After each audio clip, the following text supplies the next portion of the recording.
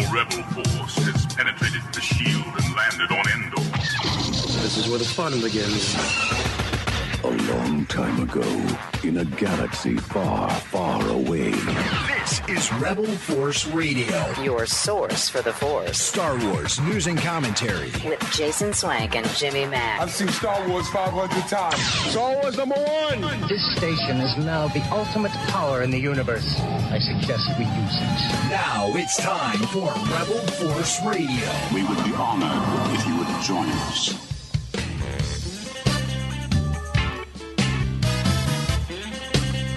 I just realized I didn't talk about my my skiff last week. Skiff? Yeah. Holy skiff. Yeah, I mean, I feel kind of lame, actually, talking about it after the barge, you know? I mean, you've got Puppet Lando doing a tour of your barge. I got the little skiff, but I do love it. It's a really cool, it's a great vehicle, and I don't really collect the vehicles.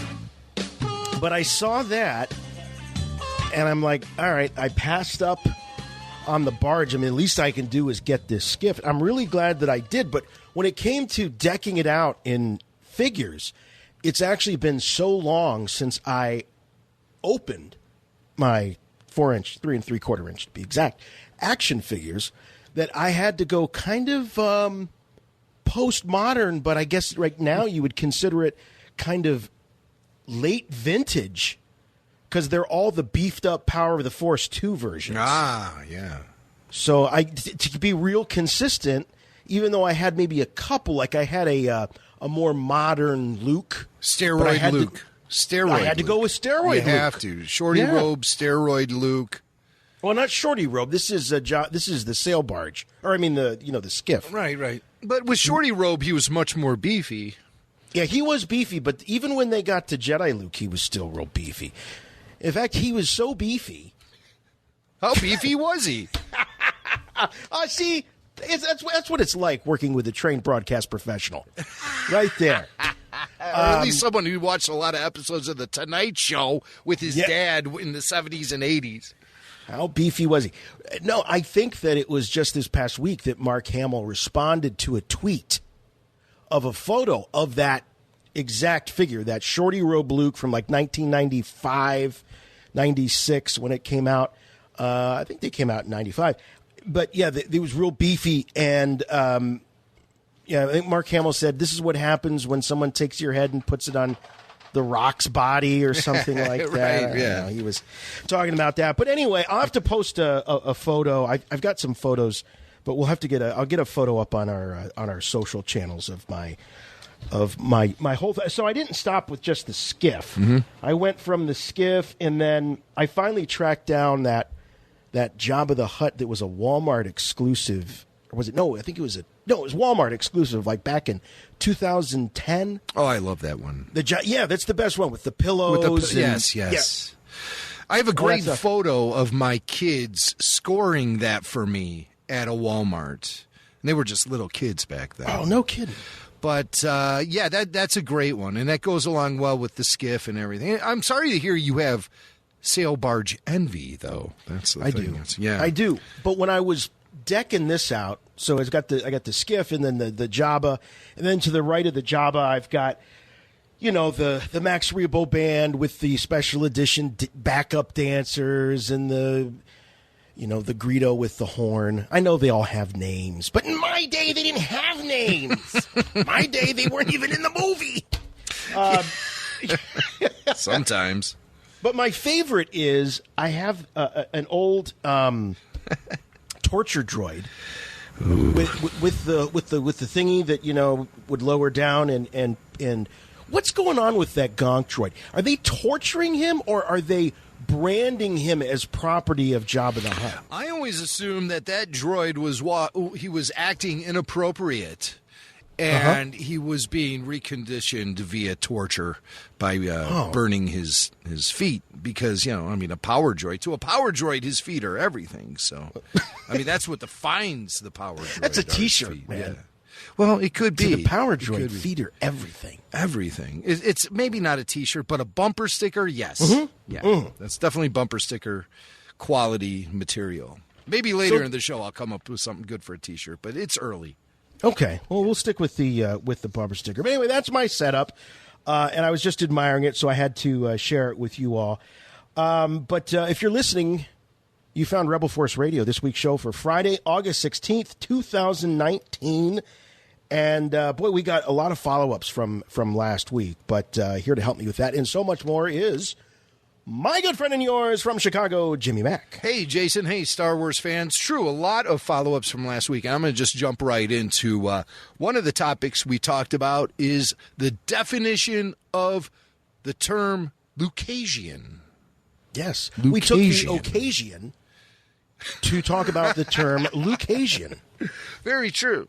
And it's a term I thought, Jason, you yourself was responsible for coining. Mm-hmm. And so we did the Google search, you know. Google is the best friend to a podcaster. Yeah. And we looked up the term Lucasian and found that it does exist. It's an adjective of or pertaining to Henry, not George, Henry Lucas, who lived from 1610 to 1663. He was a member. Ripe old age of 50 years old. 53 years old. 53. So he was definitely a senior citizen for the 1600s. Lived a long and fruitful life and became a member of Parliament for Cambridge University. And he was founder of the Lucasian Chair of Mathematics. And, the Lucasian Chair of Mathematics is a mathematics professorship in the University of Cambridge, England. Its holder is known as the Lucasian Professor. Oh, well, thank you. Yes, very good. Yes. So that is. It is like having our own droid, isn't it? That is the definition. That's kind of the annoying droid voice. Mm-hmm. Shut her up or shut her down. So I find it interesting, too, that in my research of the term Lucasian, a term Jason Swank did not originate, I discovered that it was used in one of the great Star franchises, and I'm not talking Wars, I'm talking about Trek. I'm talking about Star Trek The Next Generation. The finale episode of Star Trek was called All Good Things. It was a two-parter. And in that, there was some time jumping going on. And we discover that in this reality, Data himself actually, well, you know, it's probably best if I let the audio explain everything. So Jean-Luc Picard catches up with Data in the future, way beyond their adventures on the Star Trek Enterprise. Picard's an old man. Data is Data. And he's... Although, if you notice, Data did age throughout the series. Well, of course, because Brent Spiner did. Right. And Data tried to signify his aging as an android by actually putting some wisps of gray into his hair. Just a touch of gray. Oh, okay. Remember that episode? I do remember that episode. I haven't watched it probably since it aired. Yeah. But that was a big deal when that series finally wrapped up. I remember it being very poignant. Tremendous. For me. But so how does that tie into Lucasian? Well, I don't know. I'm waiting for it. We have a soundbite here that will parlay that information to you. I must say, this is a fine place you have here. You certainly treat professors very well at Cambridge. Holding the Lucasian chair does have its perquisites. This house originally belonged to Sir Isaac Newton when he held the position. Ah! Wow. Yes. So all the way from Henry Lucas to Sir Isaac Newton to Lieutenant Commander Data. Yes, in the Star Trek franchise. Not where I expected to find it. Because our definition, the Rebel Force Radio definition of Lucasian is of or pertaining to George Lucas. Mm-hmm.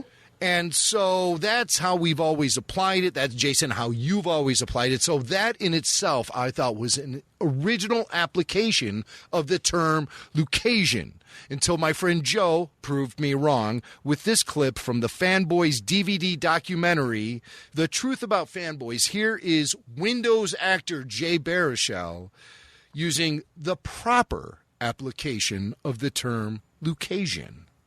It's a love letter to Star Wars and all things Star Wars, all things Lucas, Lucasian.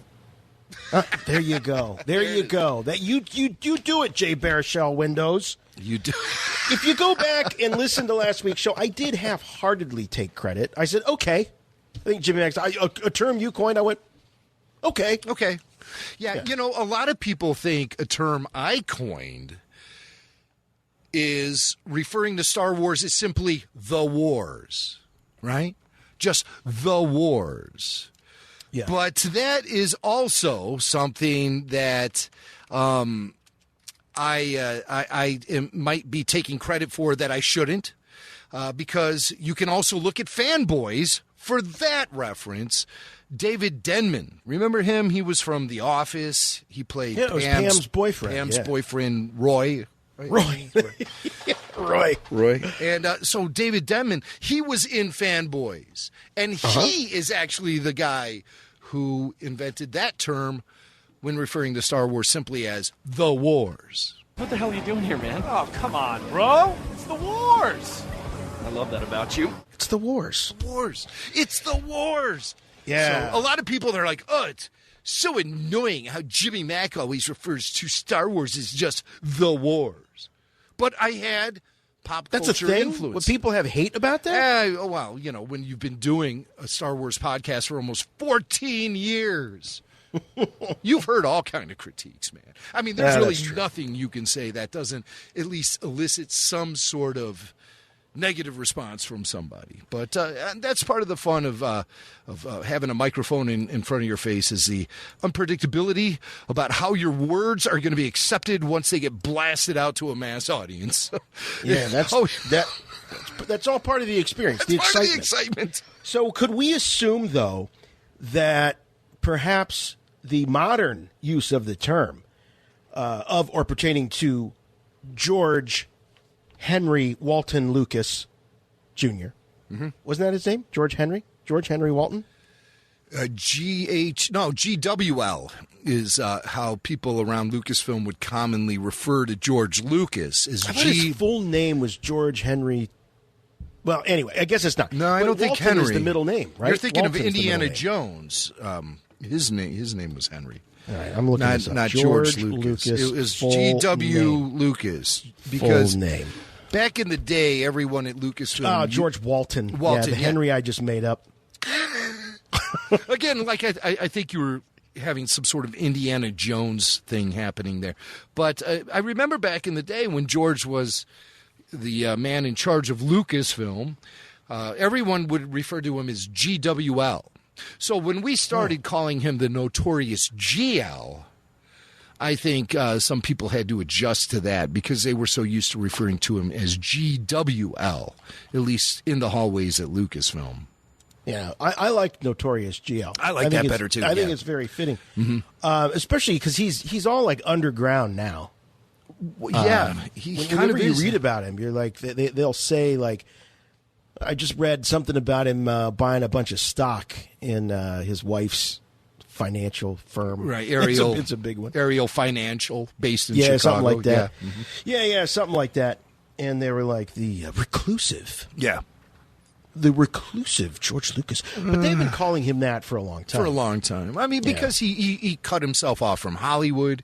He cut himself off from filmmaking for a long number of, almost 15 years, to raise a family. Everyone understands and run a it. company. I've heard George many times bristle to that reclusive tag that he receives, but he is a little standoffish sometimes, and he can be very glib. I've noted with George because I've been doing some research into George Lucas this week because there's been some wild rumors popping up on the internet about him and the deal he made with the Walt Disney Corporation that I think we'll be getting into a little bit later in the show. We sure will. This episode could be subtitled Star Wars Mythbusters. Mythbusters. That's exactly what we're going to call it when we release the show. We're going to call it Star Wars Mythbusters. Yeah. I like it. I ain't afraid of no myth. All right.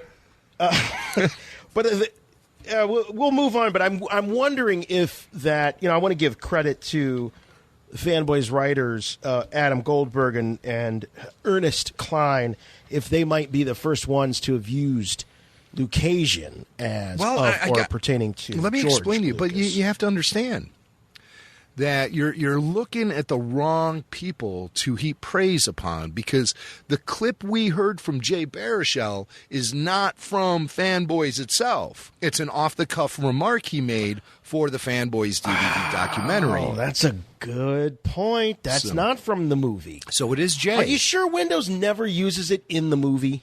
Not when he's in the comic shop and shuffling around and quizzing. No, I remember terms like sweater yams and Spock suckers being mentioned during those scenes, but nothing I can about hear his beard. Yeah, Lucasian. No, didn't really come All out. right. No. Okay. All right. Well, then I take it back, Ernie Klein and Adam Goldberg. No. We still extend great love and support for everything you guys do. But you didn't invent the term Lucasian. That was Jay Baruchel.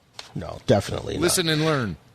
Hey, we've been telling you quite a bit about the Rebel Force Radio YouTube channel, and we're going to tell you more about it because it is a bevy. It is a trove of classic moments, bits, interviews, you name it, it's there as part of sort of an archiving project that Jimmy Mack has taken upon himself. Yeah. And you're wondering, you're like, well, okay, you're primarily a audio medium. Why would you use YouTube? And it comes down to the fact that it's so accessible. Mm-hmm. I mean, Jim, every parent I talk to that has a kid under 18, 16, mm-hmm. we're all talking about how our kids are constantly on YouTube. And if YouTube's on in the house, then Rebel Force Radio should be on YouTube. And we are. What I love about YouTube is the fact that it shows up in search engines everywhere. So somebody punches in things like, somebody punches in they want to know, what does Jay from Jay and Silent Bob really think about Star Wars? So they'll punch that into the YouTube search engine and they'll discover Star Wars Uncensored with Jason Mewes.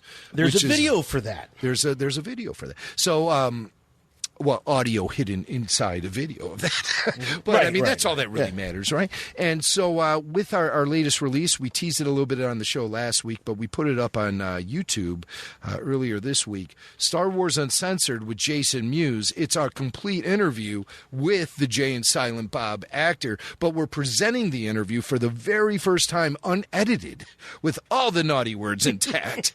So, people who listen to Jason on shows from the Smodcast Network might not think it's so revolutionary to have an audio release of Jason Mewes using such language. But for us here at Rebel Force Radio, we want to give you some real behind-the-scenes stuff is what's going on. So we have Jay talking about everything from working with Mark Hamill in Jay and Silent Bob Strike Back. We play Star Wars Mad Libs with him, and we run the famous Yoda questionnaire past him as well. And that's where you hear some amazing and amusing responses that you thought you'd never hear on Rebel Force Radio before, but and you haven't. Yeah, so and you haven't because we either cut it out or bleeped it up. Even I swear in the raw audio files, and I felt weird about releasing that, but anyone who knows me, when you're hanging with Jason Mewes, I mean, it's just kind of I was kind of playing off of that a little bit, but so that's out there and that's available on our YouTube channel for anyone and everyone to hear. If you're a member of RFR on Patreon, however, you will get the interview completely intact without ads. YouTube does dump a bunch of ads into stuff, so if you're a member of our Patreon community, you will get that entire interview, not only unedited and uncensored, but without ads.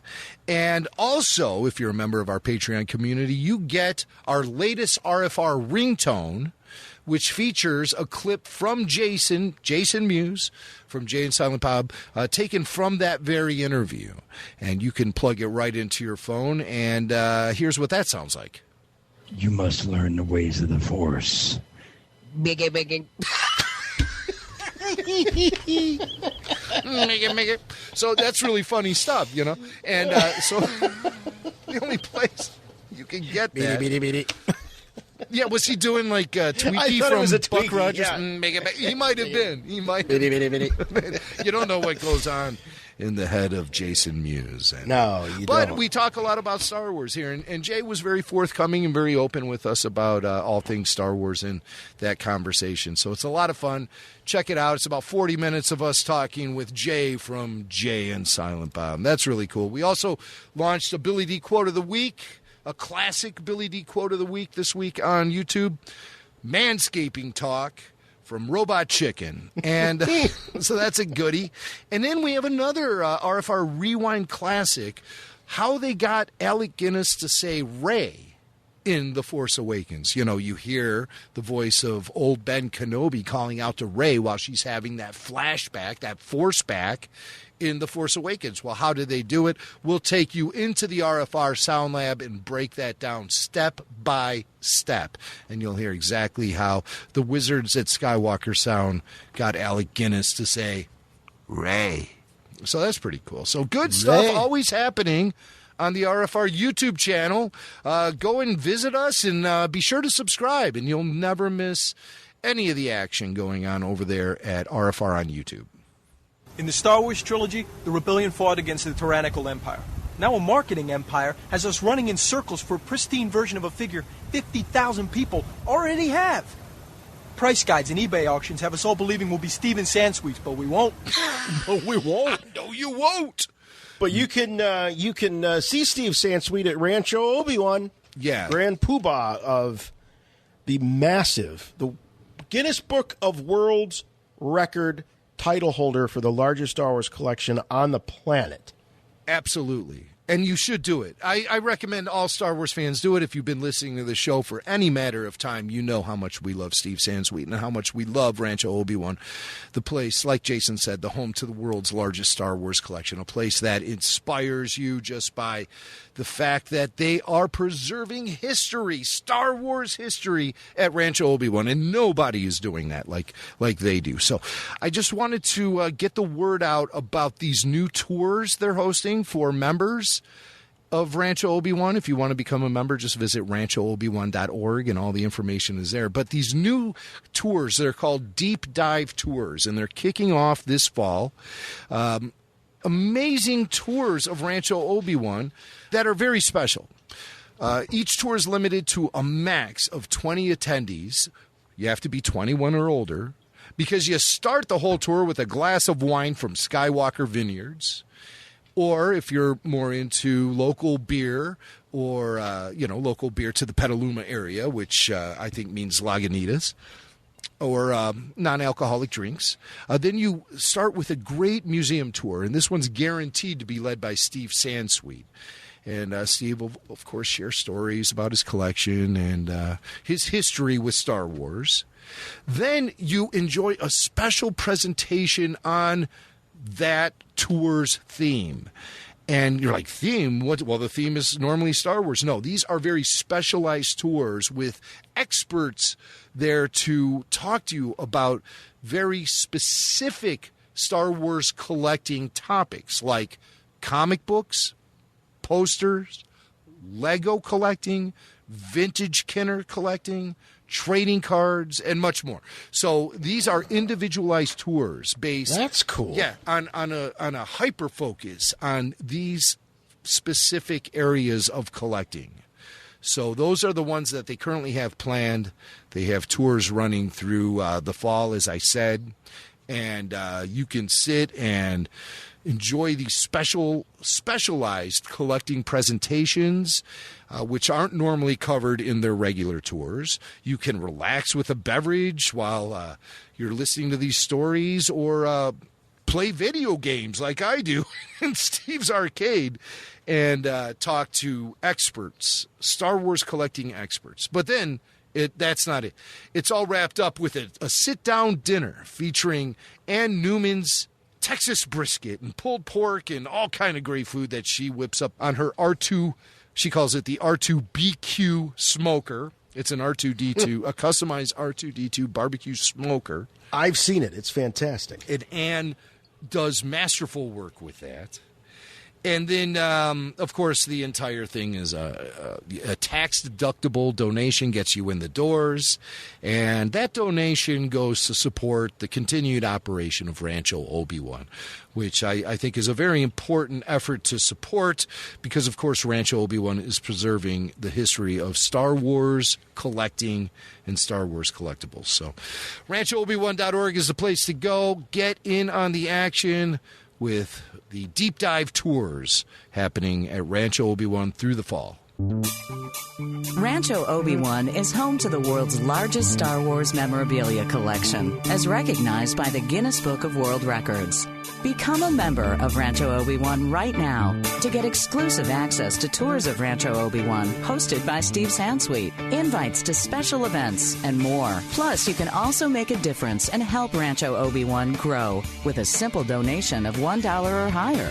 Visit RanchoObi-Wan.org now to get the latest news, become a member, or make a donation. RanchoObi-Wan.org.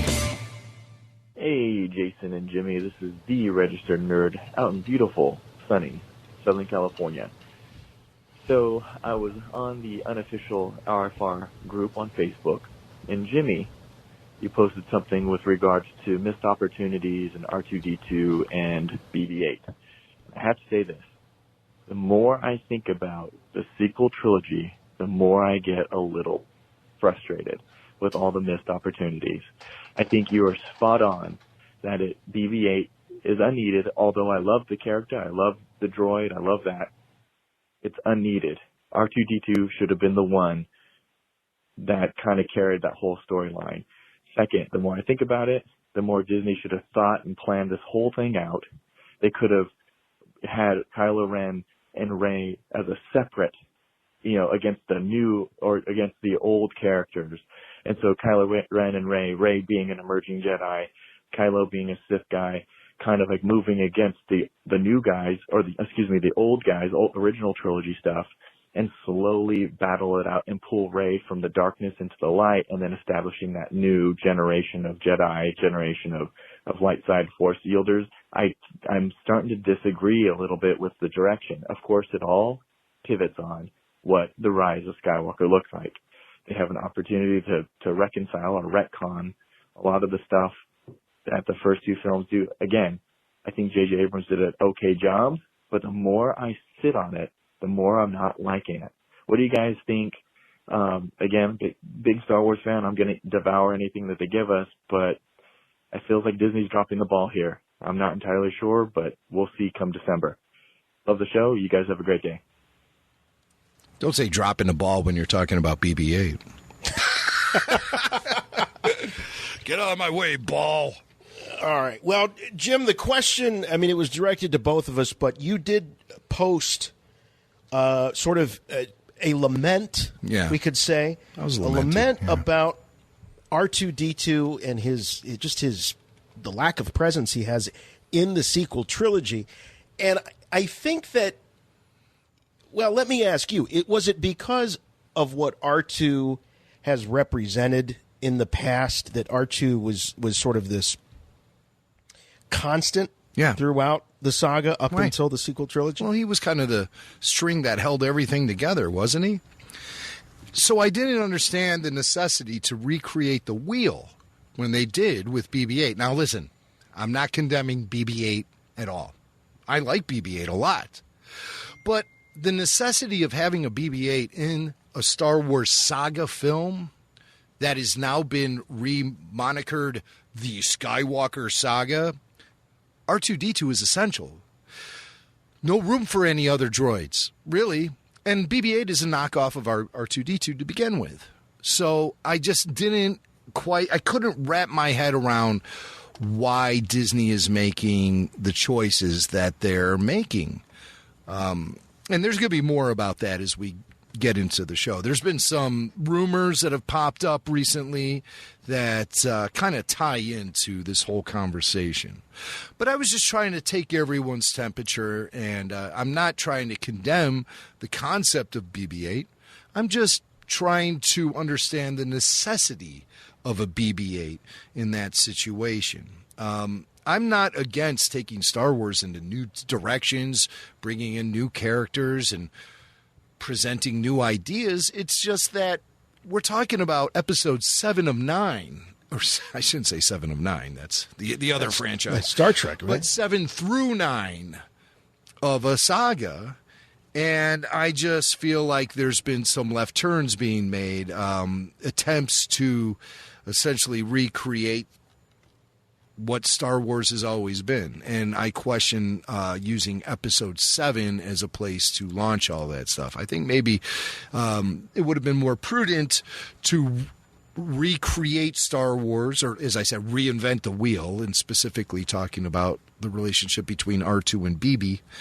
I think that should have been better put off until the next round of Star Wars films, the fresh take on Star Wars that we're getting promised by Disney.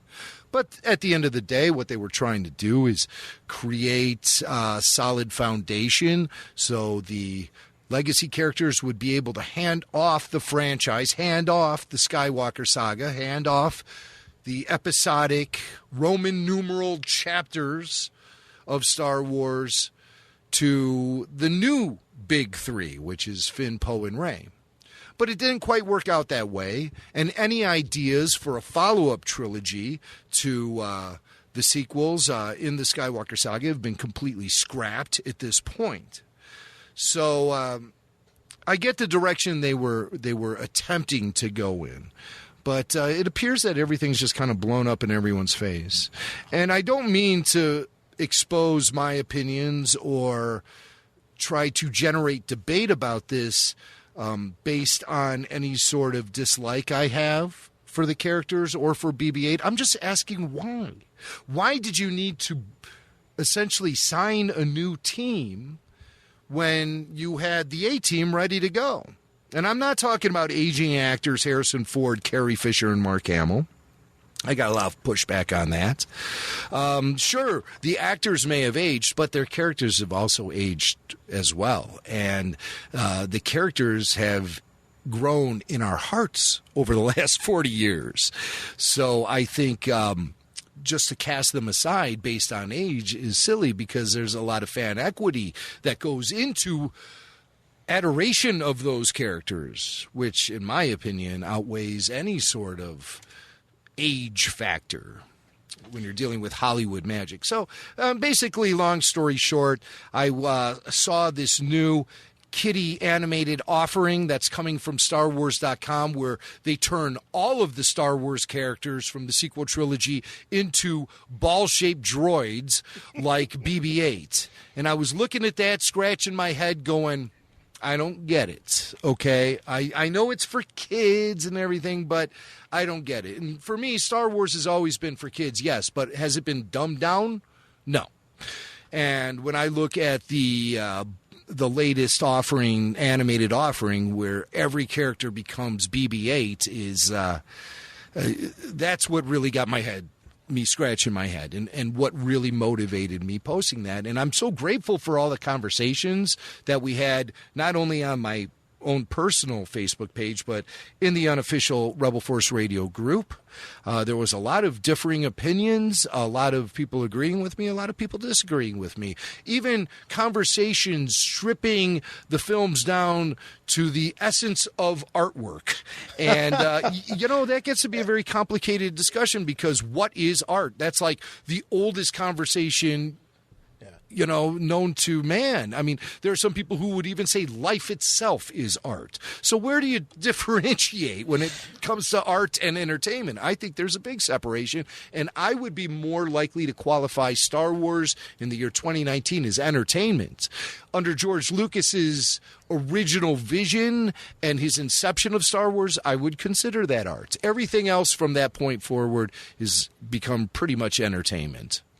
Boy, you said something just a moment ago that I thought, wow, like you articulated something that has been on my mind, and it's a very simple phrase, and it really crystallized to me when you said it. You said it was playing down, and we get into this discussion a lot as fans, where those of us who are grown men and women that grew up with the the saga or even with the prequels now at this point. I think there's a part of us that feels kind of guilty or bad about trying to claim any ownership over Star Wars, the memories, all of the feelings that you have for it, because you're like, well, no, but it really is for kids. So like, can I really criticize this? Because it's for kids. And I totally get it. But here's the thing, like Star Wars its core audience, I believe, was always kids. I mean, George has been extremely transparent about that. But it didn't play down to kids. It played up to kids. His whole point was playing up to kids so that they ask the big questions, that they expand their minds. And this other stuff where it's great, and it's nice that kids have this, but Star Wars traditionally hasn't played down to kids, and when it does play down, it's not the best Star Wars. I mean, You can point to moments in the prequels. We thought Jar Jar farting and things like that. That was yucks. That was playing down to the audience. You didn't need that in the original trilogy. There were no fart jokes in the original trilogy, and 6-year-old Jason didn't need a fart joke in Return of the Jedi for me to be absolutely captivated. So if you want kids to take something, and I don't want to use the word seriously because that's overstating, but what I mean is if you want kids to take what you're saying to them with any fervor, that give it a sense of importance, which I think we all walked away from Star Wars, particularly as we got older, that it was really telling us something important, and even maybe as kids we didn't realize that we were being told something important or being asked important questions, but perhaps primally we sort of got it. It's a long way around to saying that I don't believe that Star Wars needs to, when it's running on all cylinders and it really is myth-making, it doesn't need to play down to kids. It doesn't need to play for cheap laughs. It can be smart, and it can be clever, and it can be whimsical. It can be all these things, but it doesn't need to be cheap, and it doesn't need to be overly cartoony and campy. I don't think that's really ever been. I hear people say once in a while, well, Star Wars has always been campy. I never found Star Wars campy. Batman with Adam West is campy. I think you need to, redefine what you mean by campy. I didn't find Star Wars campy at all. No. I mean, there were moments of humor in there and moments of absurdity. But at the end of the day, the power of the myth overrode all of that. I see a lot of headlines going back over the last few years, things that say, whatever happened to Saturday morning cartoons? Where did all the cartoons for the big kids go? So where is it? I mean, it appears like any sort of animated fare on TV is either absolutely insane or it's absolutely dumb. And it's the sad thing is I'm seeing Star Wars kind of walk that line a lot with some of the really goofy animation that they're putting out online. Here's another thing. I'm not saying that about Star Wars Resistance, which isn't exactly the most cutting edge stuff out there, but it doesn't. I would never call Star Wars Resistance dumb. No, I wouldn't call it that either. But the other thing too. So you got these two things going on. You have the Star Wars kind of reaching down and kind of talking down or playing down to the kids, to be like, yeah, kids, you're our audience. Yeah, if there's any denying it, if there's any questioning it, look how cute this little BB-8 show is. You've got that going on, and you also have the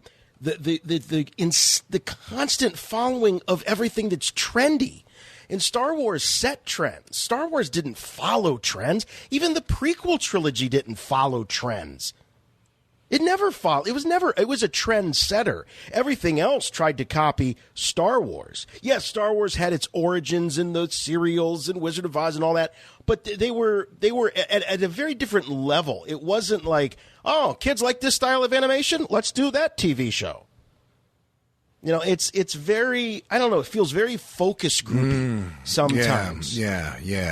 And so this latest thing is called Star Wars Rollout, and it's just really a promo piece for StarWars.com, but it's something that has the blessing of Kathleen Kennedy, and, you know, it's their attempt to push Star Wars on kids,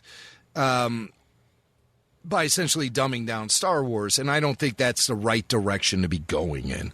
Not at all. I think Star Wars has always found its core audience to be universal and ageless. Yeah, you think about the those Lego specials and the early ones, the Yoda Chronicles and all that. My kids love those. Yeah, that's good stuff, man. Love those, and I loved them. You know, it worked.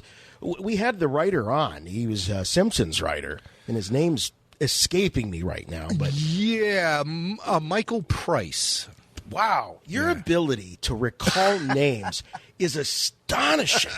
Michael astonishing. Price. Well, you know, you make me feel like I have dementia sometimes when we're doing this show together. Honest to God, I am awful.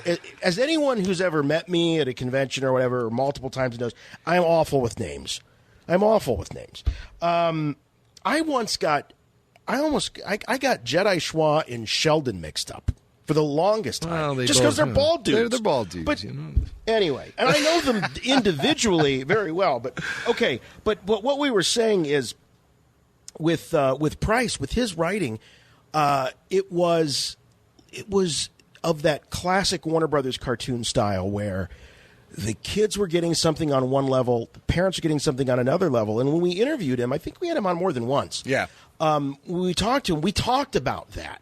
And that's one that should not that I'm trying to give you work, but that should be unearthed maybe as a YouTube special. Those interviews, because he really was very, very smart about the way he went about presenting Star Wars to a new audience. And we talked about that quite a bit in the interview, and it was never about talking down. And anyway, we don't want to. We could debate this stuff. Thanks for the voicemail. Deregistered nerd in Southern California.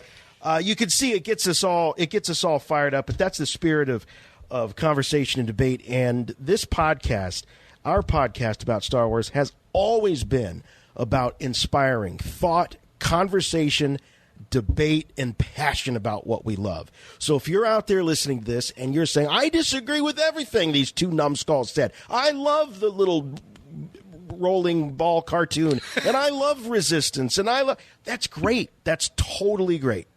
There's that is the one nice thing about how much Star Wars is out there, is there's something for everybody. But one of the questions we ask ourselves is it getting watered down, and is the true spirit, like the true spirit of Christmas, is the true spirit of Star Wars somehow being forgotten? It's but anyway, slippery slope, my friend. It certainly is. Yeah. But keep those voicemails coming.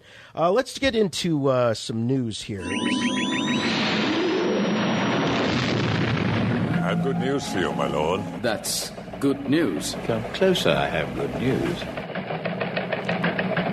All right. Well, there's a lot of rumors going around. I mean, a ton of rumors, from Galaxy's Edge to George Lucas himself, how they tie in together. We wanted to sort of break this down. Jimmy Mack has done,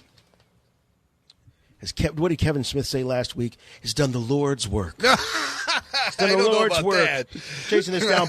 But there was a rumor, and it's been published on a variety of these websites. It's everywhere. That it's all over the place, that the reason that Disney has been focusing on their new characters, creating new characters, and abandoning, and in some cases literally killing the old characters. I mean, going so far as to have the main antagonist of the sequel trilogy talking about killing the past.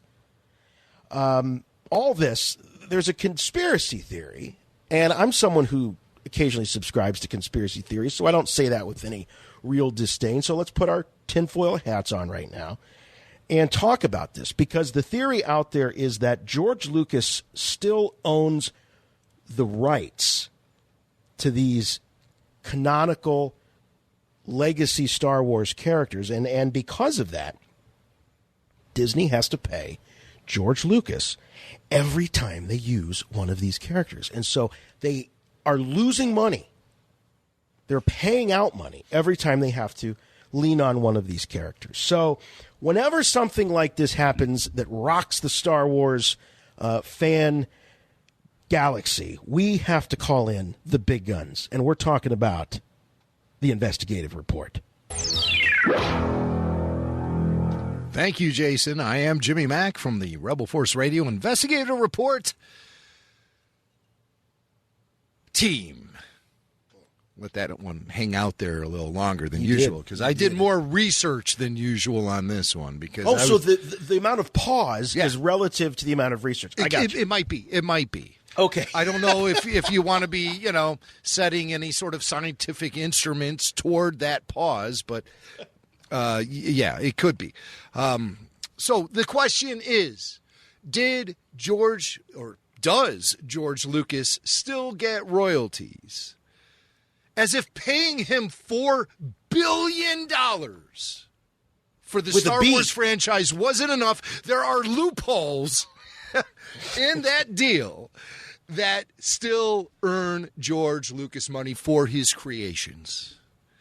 On first blush, when I hear this, the first thing I think of is fire Bob Iger if he made that deal. No, Bob is still sitting happy in his ivory tower. He said he was going to retire in 2015. He's still locked in and fortified. It doesn't appear Bob Iger is going anywhere. So he must have been doing some right things along the way. And one of them, I strongly believe, is the deal he cut with George Lucas, which turns over the property to Disney 100%. And I did research, and I have evidence to back up my claim that Disney owns Star Wars 100%, and there are no royalties being paid to George Lucas. The first thing I think of is the most obvious. George Lucas, the landlord. George Lucas owns the buildings where Lucasfilm is currently headquartered, at the Presidio Park in downtown San Francisco, in the Letterman Digital Arts Complex. I have a question about this. Formerly a hospital. May I ask a question? Yes. I thought that George leased that space. No. In the Presidio. He does own it outright. Yes. George Lucas doesn't pay rent to anyone.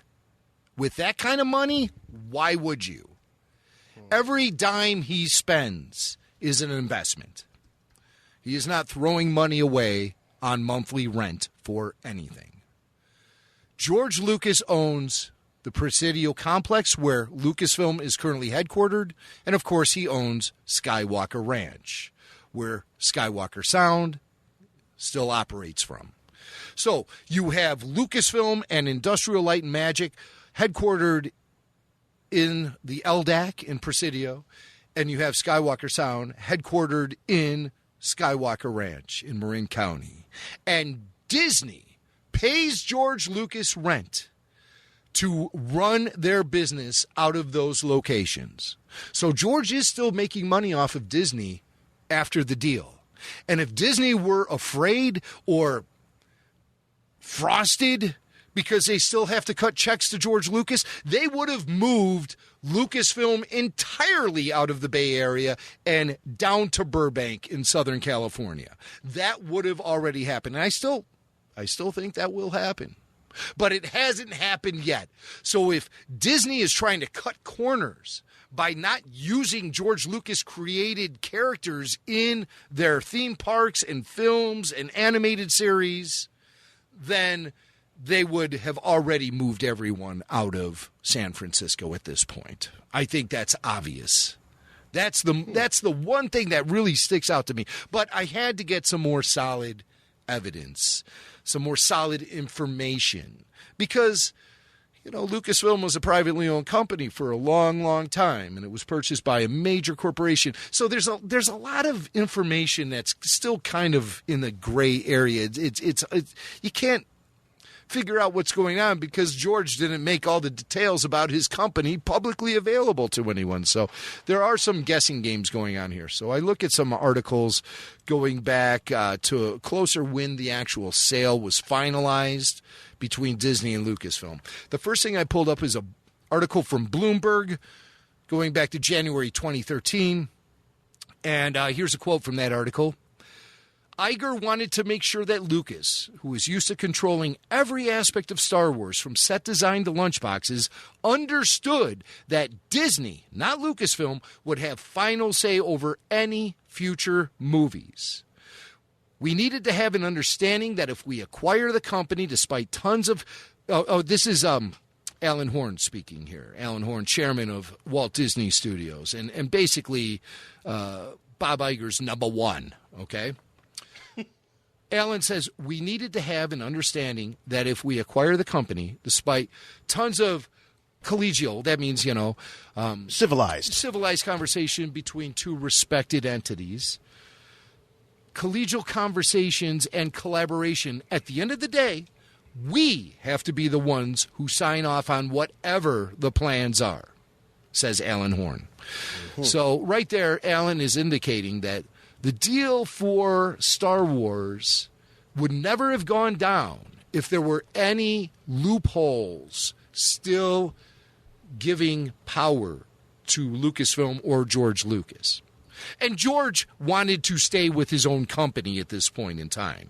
Keep in mind, George wanted to be involved in Star Wars filmmaking, and he wanted to continue to operate out of Lucasfilm, but he felt that the collaboration wasn't there, so he bailed and went on Charlie Rose's show and called Disney white slavers and all this stuff. Because he was bitter. George was upset. Yeah, he really was. He wanted to continue to work on Star Wars without the overhead of and headaches of having to run a film company. Yeah, he was going to have a real sweet situation there. That's what he thought. And he was orchestrating everything to, put him in that position. He withheld his story treatments. He needed to get respect. He needed to build trust over the negotiation period with Disney. And there have been papers written at Harvard and elsewhere about the amount of trust that had to be built between these two entities before a deal could be finalized. I researched all of this stuff. So that's, and I did watch that Charlie Rose interview again, too, just to see if George, at his most bitter moment, because George comes off is very glib in that entire interview. Very, very much so. Finger pointing, all kind of stuff. Bitter. Yeah, it's ugly. It's hard to watch because it's a side of George that we're just not accustomed to seeing. It is hard to watch. Charlie puts him through the ringer. Charlie does not lay off the throttle with him. And Charlie Rose actually appears to be rather frustrated with George Lucas from time to time in that interview, too. Was Charlie wearing pants? He was wearing like a pair of Ked's gym shoes from 1973 while he was talking. It was really weird. It was maybe just sort of in tribute to George. But, no. You could tell somebody told Charlie, listen, you're going to go interview George at the ranch. You're going to be walking around the ranch a lot. You're going to be on your feet a lot. Wear comfortable shoes. So Charlie pulled out a shoebox from 1973. And you could see him there with his khakis and blue gym shoes. Well, and he called his assistant in to see what she thought of the shoes, and that's all he was wearing at the time. That's it. Was just the shoes. Well, Charlie Rose, of course. How do these look? Yeah, Charlie did feel the impact of hashtag Me Too, and I don't think he is currently professionally operating anymore. But he and Matt Lauer do a morning zoo show on the radio. Oh, he and Matt Lauer, you said? Yeah, produced by Harvey Weinstein. But I'm telling you, strip all that away.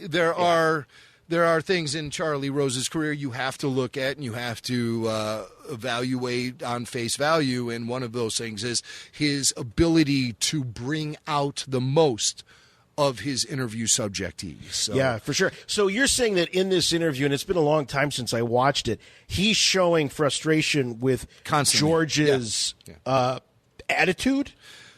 I think he shows the most frustration with George's aloofness.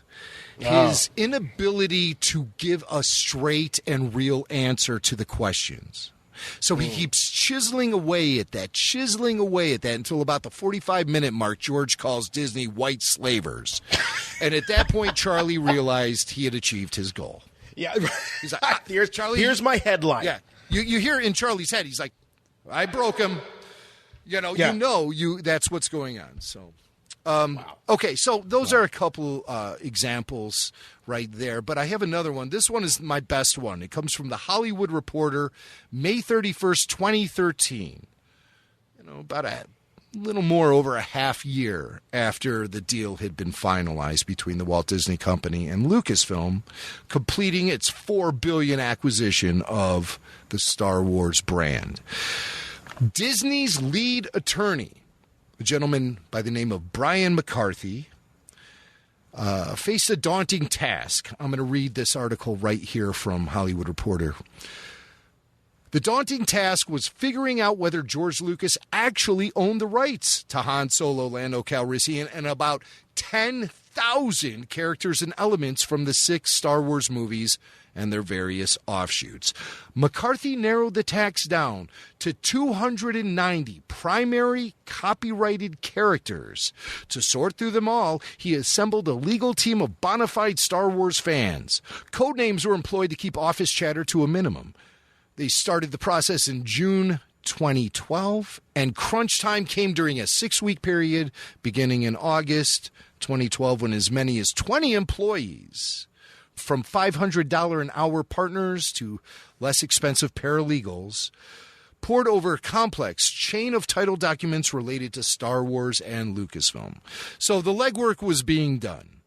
290 primary copyrighted characters were vetted to make sure that when George Lucas sold Star Wars to Disney, he was also transferring the rights and ownership of all of those characters, all of those planets, all of those ships, all of those stories, everything to the Disney company. And they had top lawyers working on it. So, well, was it? Wait a minute, though. Was it more about that George was doing that, or was it more to make sure that no one in George's past has made a claim to those yes. characters, situations, etc.? Everything. Okay, all right. They wanted to make sure they had a clear path. Yeah, once those that George papers owned were signed. all this stuff 100%. They did the legwork. So McCarthy says, this is once again Brian McCarthy, the lead attorney of the Walt Disney Company. He says George had a history of associations with different people who had different rights. So sorting that all out was our biggest challenge. Like anything else in the entertainment industry, if something becomes successful, everybody puts their hands up. So over the years, there were people who put up their hands. So they needed to smooth out all that. Not only the characters that George himself created and claimed ownership of, but any sort of ancillary element in Star Wars that maybe the estate of Ralph McQuarrie could claim ownership of, or a Joe Johnston, or a Lorne Peterson, or someone who actually worked on those films. They wanted to make sure that George Lucas himself had all of the rights. So when the transfer happened, Disney would own Star Wars outright without loopholes. This just in, I just got an email from voice actor Michael Bell. Rebel Force Radio, are you sure I don't have any of these rights to these characters?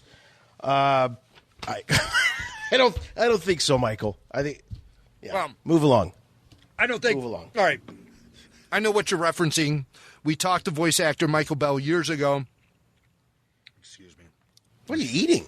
I'm sorry. Michael just walked in here with a slice of pizza for me. I should not be eating. I know. That's right. Yeah, we talked to Star Wars actor Michael Bell years ago, and it's been kind of a meme, a funny joke. I have utmost respect for him. I mean, my God, he's the voice of Duke. He's voice of one half of the Wonder Twins on Super Friends. But he had reached out to us because he did some ADR work on A New Hope back in 1976. Right. And he thought that we might have contacts at Lucasfilm that could help him get a little piece of that pie. Right. So naturally, he was just looking for royalties based on his work on the film as an actor, not ownership as a creator of that character. I couldn't resist. Of course. But George, and you can hear that Michael Bell interview if you go to the Rebel Force Radio YouTube channel and look for it in the cantina. So, but back to George and his ownership of these characters. Obviously, everything was being vetted out and discovered as far as what George actually was selling to Disney. They weren't going to give him $4 billion unless they knew exactly what they were going to get. And so the article continues. Working with George Lucas's lawyers at Latham and Watkins, McCarthy's team, remember McCarthy is the Disney attorney, McCarthy's team researched all copyright assignments and distribution agreements. The team eventually determined that all the important copyrights were intact and available to sell to Disney, save for the distribution rights for the original Star Wars film, which we all know reverted into Disney's control with their acquisition of Fox earlier this year. Fox obviously had the distribution rights for the original Star Wars film, but now Fox is owned by the Walt Disney Company. So they own everything when it comes to Star Wars. You know what this reminds me of, Jim, a little bit, is when Ian Fleming sold the film rights to James Bond to Eon Productions. But what Eon didn't know is that there was this other guy named Kevin McClory who had sat on the beach in Jamaica with Ian Fleming and brainstormed a film idea, and some of those things became Blofeld, Spectre, etc. So when it came time for them to continue using those characters in the film rights in the films, this Kevin McClory guy goes, no, those were my ideas. And they wanted to make sure that something like that didn't happen to George Lucas. And, of course, George is notorious for his demand of ownership of his characters and his film. That's why he split off from Hollywood. That's why he created his own company and funded all of his own films, because maybe he was familiar with that McClory-Fleming story and said, that's not going to happen to me. I'm going to make sure anyone who collaborates on Star Wars films signs the proper paperwork releasing those ideas to my ownership. And I'm sure that that's how George Lucas operated for decades, especially when it came to Star Wars. He was ultra protective of Star Wars. And so I believe he maintained and retained ownership of all the ideas, everything that happened in those films. Lucasfilm lawyers have been notorious over the years for shaking down anyone who tried to test that. So George, when he sold Star Wars to Disney, there were no loopholes that left anything off the table. There is one thing I did discover online. It's a post from January 9th, 2016 on Quora.com. Have you heard of Quora? I have. It's like one of those websites that will answer any question you have, right? Right. Based on its knowledge bank of listener posts or reader posts, etc. And on Quora.com, I found this. It said, in October 2012, George Lucas sold Lucasfilm for $4 billion. When he sold Lucasfilm, he also sold his rights to directly make money off of new Star Wars projects and Indiana Jones projects, etc. He would be entitled to some royalties under Writers Guild rules for creating the original characters. So I saw this, and I'm like, wow, that's from years ago. Somebody posted that up on Quora.com. They must obviously know that George is entitled to some royalties for creating original characters due to Writers Guild rules, okay? However, here's the problem I have with that. Is George Lucas still protected by the Writers Guild, the WGA, the Writers Guild of America? Is George still... Are the protections of that union still extending to a George Lucas? The reason I ask that question is because in 1991, George Lucas famously withdrew from two unions, the Directors Guild of America and the Writers Guild of America. That was way back in 1981. That's when George completed his clean cut from Hollywood altogether. And he was not... Do you remember one of the reasons why he did that? Well, because he put the credits... He didn't put credits at the beginning of the original Star Wars film. I know it sounds absurd to think of nowadays when with a lot of movies you don't get any... Sometimes you don't even get the title till after the film is ended. But George... it was revolutionary at the time. George did not put credits at the beginning of Star Wars and just dropped us right into the story. Because of that, that was a sin back then. Yeah. So he was able to distance himself from the unions at that time. But when it came time for Empire Strikes Back to come around, everyone was on to him. And I believe the Directors Guild and the Writers Guild threatened George Lucas by saying, we will kick you out if you don't, number one, put the credits at the front of the movie, and number two, credit the director right at the top, because those were the rules at the time. Right. And George said, I am revolutionizing cinema. Excuse me, I'm not paying dues to your unions anymore. And he walked. So how does someone who is not a member of the union still get protected by any sort of rules or negotiations that the union has made with the studios? It doesn't happen.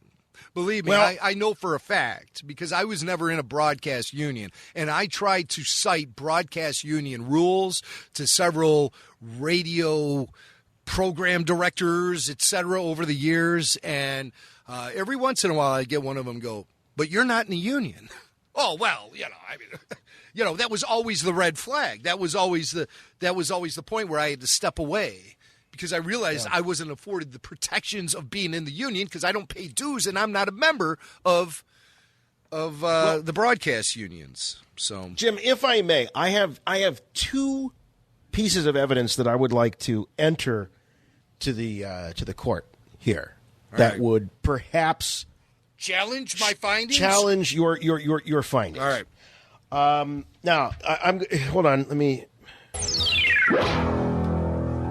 Again, remember the pause is relative to the amount of research, so I'm Jason Swank here with the Rebel Force Radio Investigative Report team. No pause. No pause. All right. So but I have two things, and perhaps this is more of a cross-examination than it is actually entering in. I can take it. I can take it. Yeah, I can take it. Let's go. However, so I did some research of my own when I saw this was a topic. And I went to the Writers Guild of America website, and because my question was, do you need to be a member of the guild in order to get credit? And according to the website, the FAQ section of the website, the answer is no, that guild membership is not a requirement to receive credit.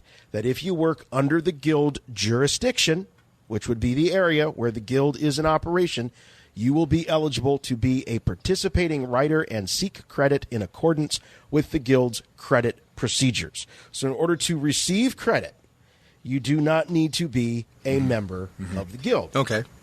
That would be one thing I would throw at you. The other thing that I would throw at you, despite all of the incredible evidence and truthful facts that you have presented about what a control fanatic George has been over his Star Wars property, there is one area that we know has famously given Lucasfilm difficulty when it comes to creating new Star Wars, and that's the music. The John Williams music and the rights that control that music does cost Lucasfilm money when they want to use it. That's one of the reasons why it has been used so sparsely in some of the animated projects, etc. So those two things I would just throw at you as evidence that could support the idea that Disney may have entered this agreement still knowing that it did owe George Lucas some royalties. No way, because you know why I know that is a fallacy, is because the Disney lawyers know all the ins and outs of this stuff, and there is no way in hell they're paying $4 billion to a guy only to get some of the franchise. 290 characters, primary, copyrighted characters, were vetted by the Disney lawyers. And they determined that all the important copyrights were intact. All. And I will accept that report from the Hollywood Reporter, May 31st, 2013. Story about all of George Lucas's lawyers and the Disney lawyers. I am taking that on face value before I take a rumor from a YouTuber on face value. I can't.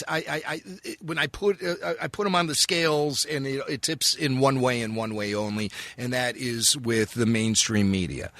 This is all based out of some YouTuber's rants about a rumor he heard from somebody.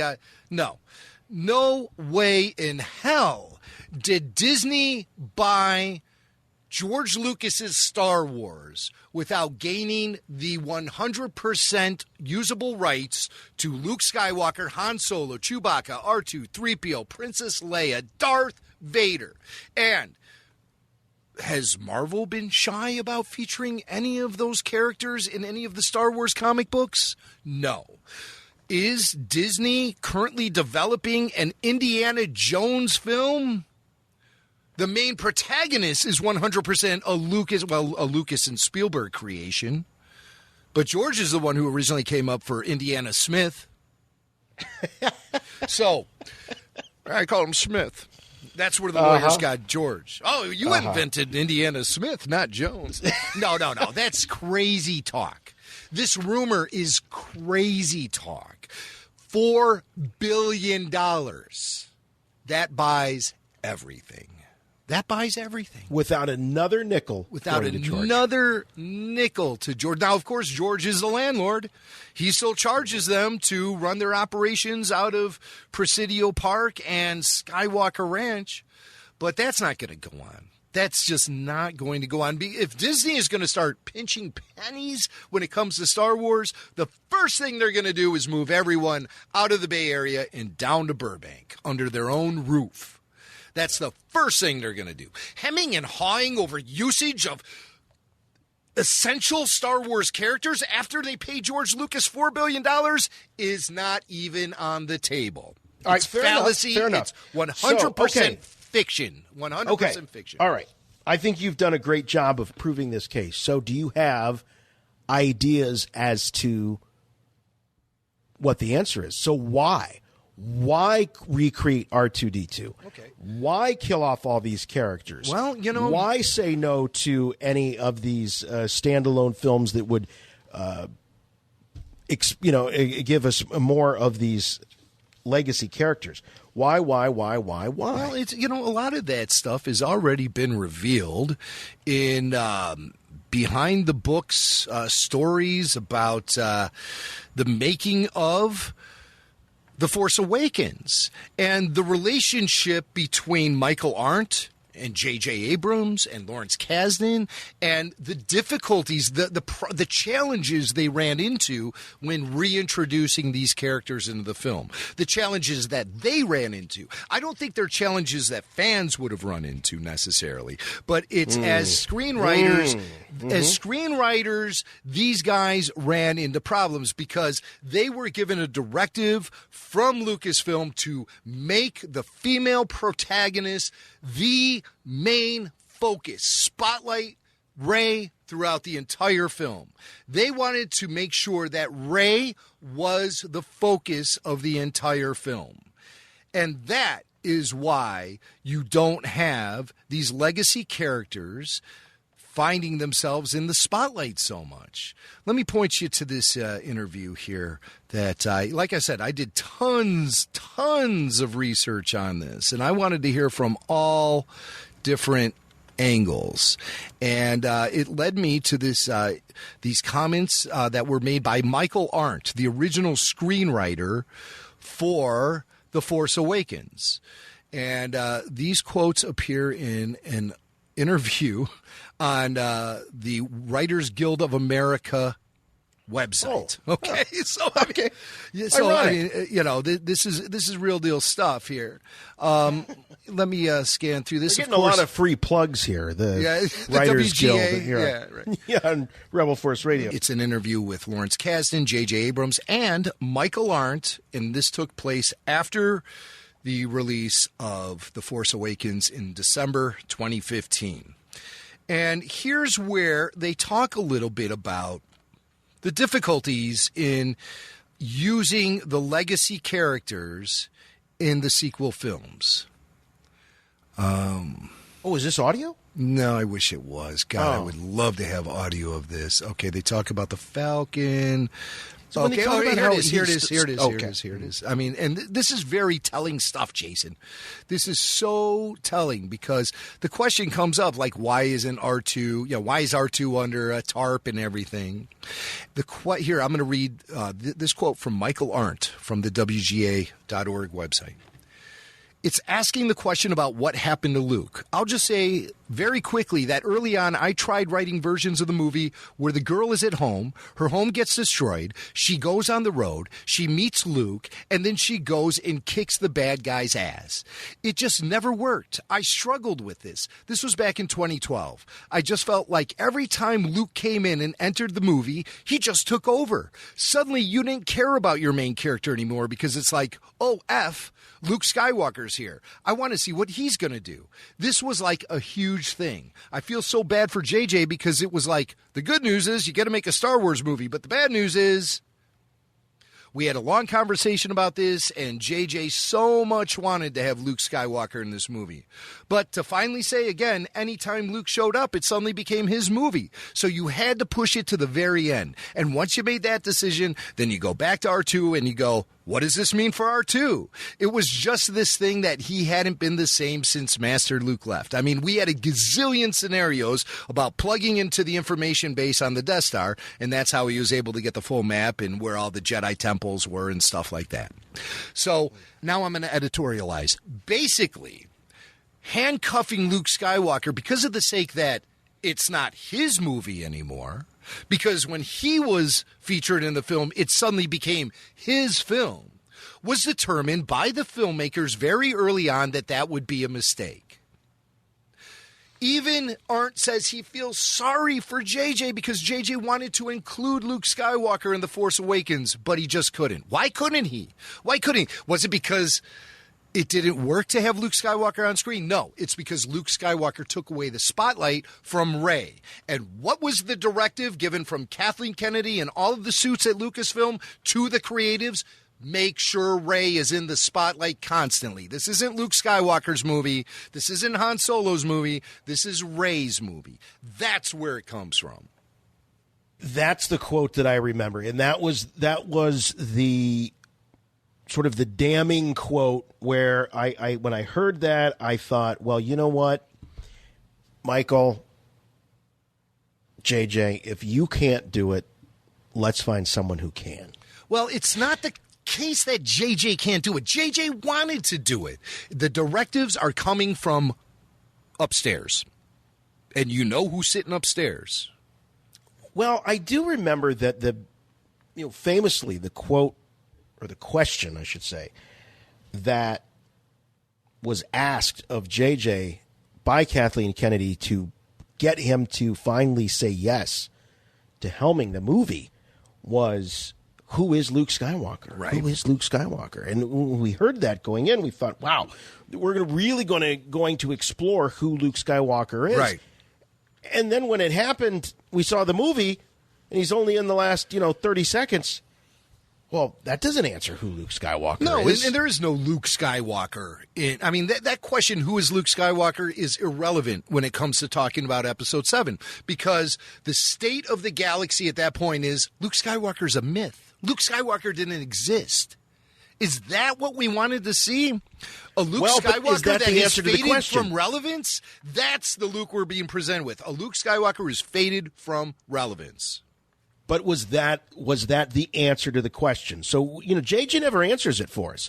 He said the question that was asked to me by Kathleen Kennedy that got me to say yes was, who is Luke Skywalker? What if the answer was, Luke Skywalker is a myth? Luke Skywalker is a specter of the past. That was proven incorrect in J.J. Abrams' original version of The Force Awakens. Rey knew exactly what Luke Skywalker was all about the second she saw him. Before he turned around and removed his hood, before she handed him that lightsaber, she was to approach a Luke Skywalker on Ahch-To who was staring out into the ocean, heavy in meditation, connecting with the Force, and surrounding him were boulders that Luke was lifting via the Force and his connection, which upon viewing that, Rey would have known right away, well, this Luke Skywalker is not a myth.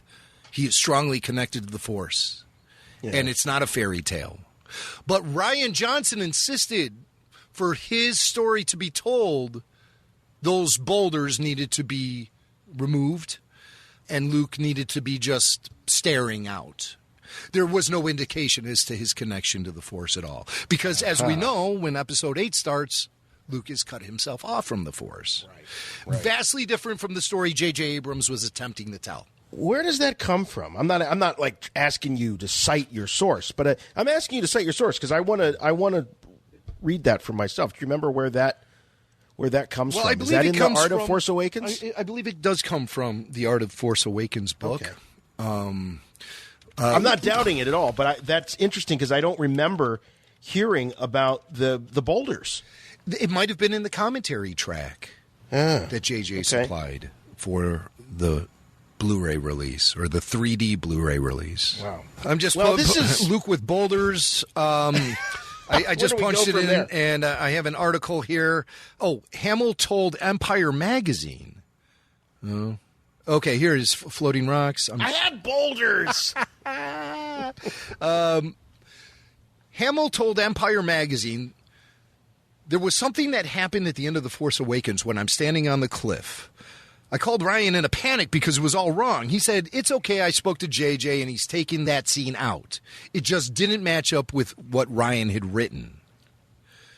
It was only after the release of the film that we learned. It was Mark, he told the Chinese press. Luke Skywalker would have been surrounded by floating boulders as Rey looked on, lightsaber outstretched. It would have been a cool visual, and it makes sense, given that Luke is a super powerful Jedi Master. When I read The Last Jedi before The Force Awakens came out, I said, what? This is Hamill again. I called JJ and Ryan and said, are you guys aware of this? Have you seen a cut? Is there floating boulders? Hamill recalled, and they said, no, we caught that and we worked it all out. So the character of Luke Skywalker went through fundamental changes, not even when The Last Jedi came out, before that, in the editing process for Episode 7. The original story was modified to connect with where Rian Johnson was taking the character of Luke in The Last Jedi. So, see, this is the kind of stuff. The only thing I have to say is... Puff Pig. Puffer Pig, check it Puffer Pig. Look, this is stuff that's just going to continue going on and on and on, and it is part of the new reality of being a Star Wars fan, particularly one that has seen the whole saga unfold. And it's fascinating. I mean, there is such an incredible story to be told someday. We've talked about, the history or the making of, Rogue One, everything that went on there, George Lucas's treatments for the sequel trilogy being abandoned. This is someday this whole story has to be told. The problem is that Disney's buying up all the production companies, so there's not going to be anybody left to tell the story. But it is fascinating stuff, and it is certainly not told to denigrate anybody, but it is certainly very relevant as we are just sort of dissecting and continue to analyze the last half dozen years of this new world that we find ourselves in as Star Wars fans. It fascinates me. It really does. And I said on the show last week that I'm very ready for Episode 9, and I mean that. I'm ready for Episode 9 because I'm ready to see how this thing wraps up. And, I have to confess that there was a huge part of me that just, as I've said on the show many times, I'm not ready for the Skywalker saga to end. And nobody was asking for that. I don't know anybody. It was like, can you wrap up this Skywalker stuff? Everybody wanted to see more of it. Everybody, I was reading an article, and I'd give credit if I could recall who it was, but it was the whole "you had one job" meme. You had one job.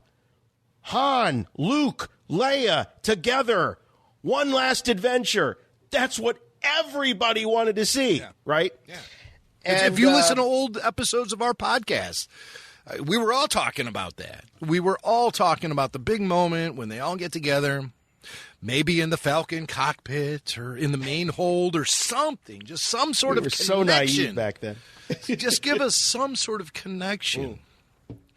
But they made it a lot harder on themselves, yes, I think, than they had to. And getting back to the directive that Michael Arndt was given, that was an imposed limitation that he had. That was imposed upon him. Yeah. He kept coming back saying, look, no matter what I do, every time I write this character into a scene, he steals the show. Well, of course he does. He's one of the most iconic characters in film history. How would he not steal the show? Every time I put Dorothy in one of these scenes with the Scarecrow, they just steal the show. What's going on here? Well, of course they're going to. Icon, it's used a lot, but it means something, and it certainly with these characters, it's something that they should have known going in that there's no way that you can really do this without.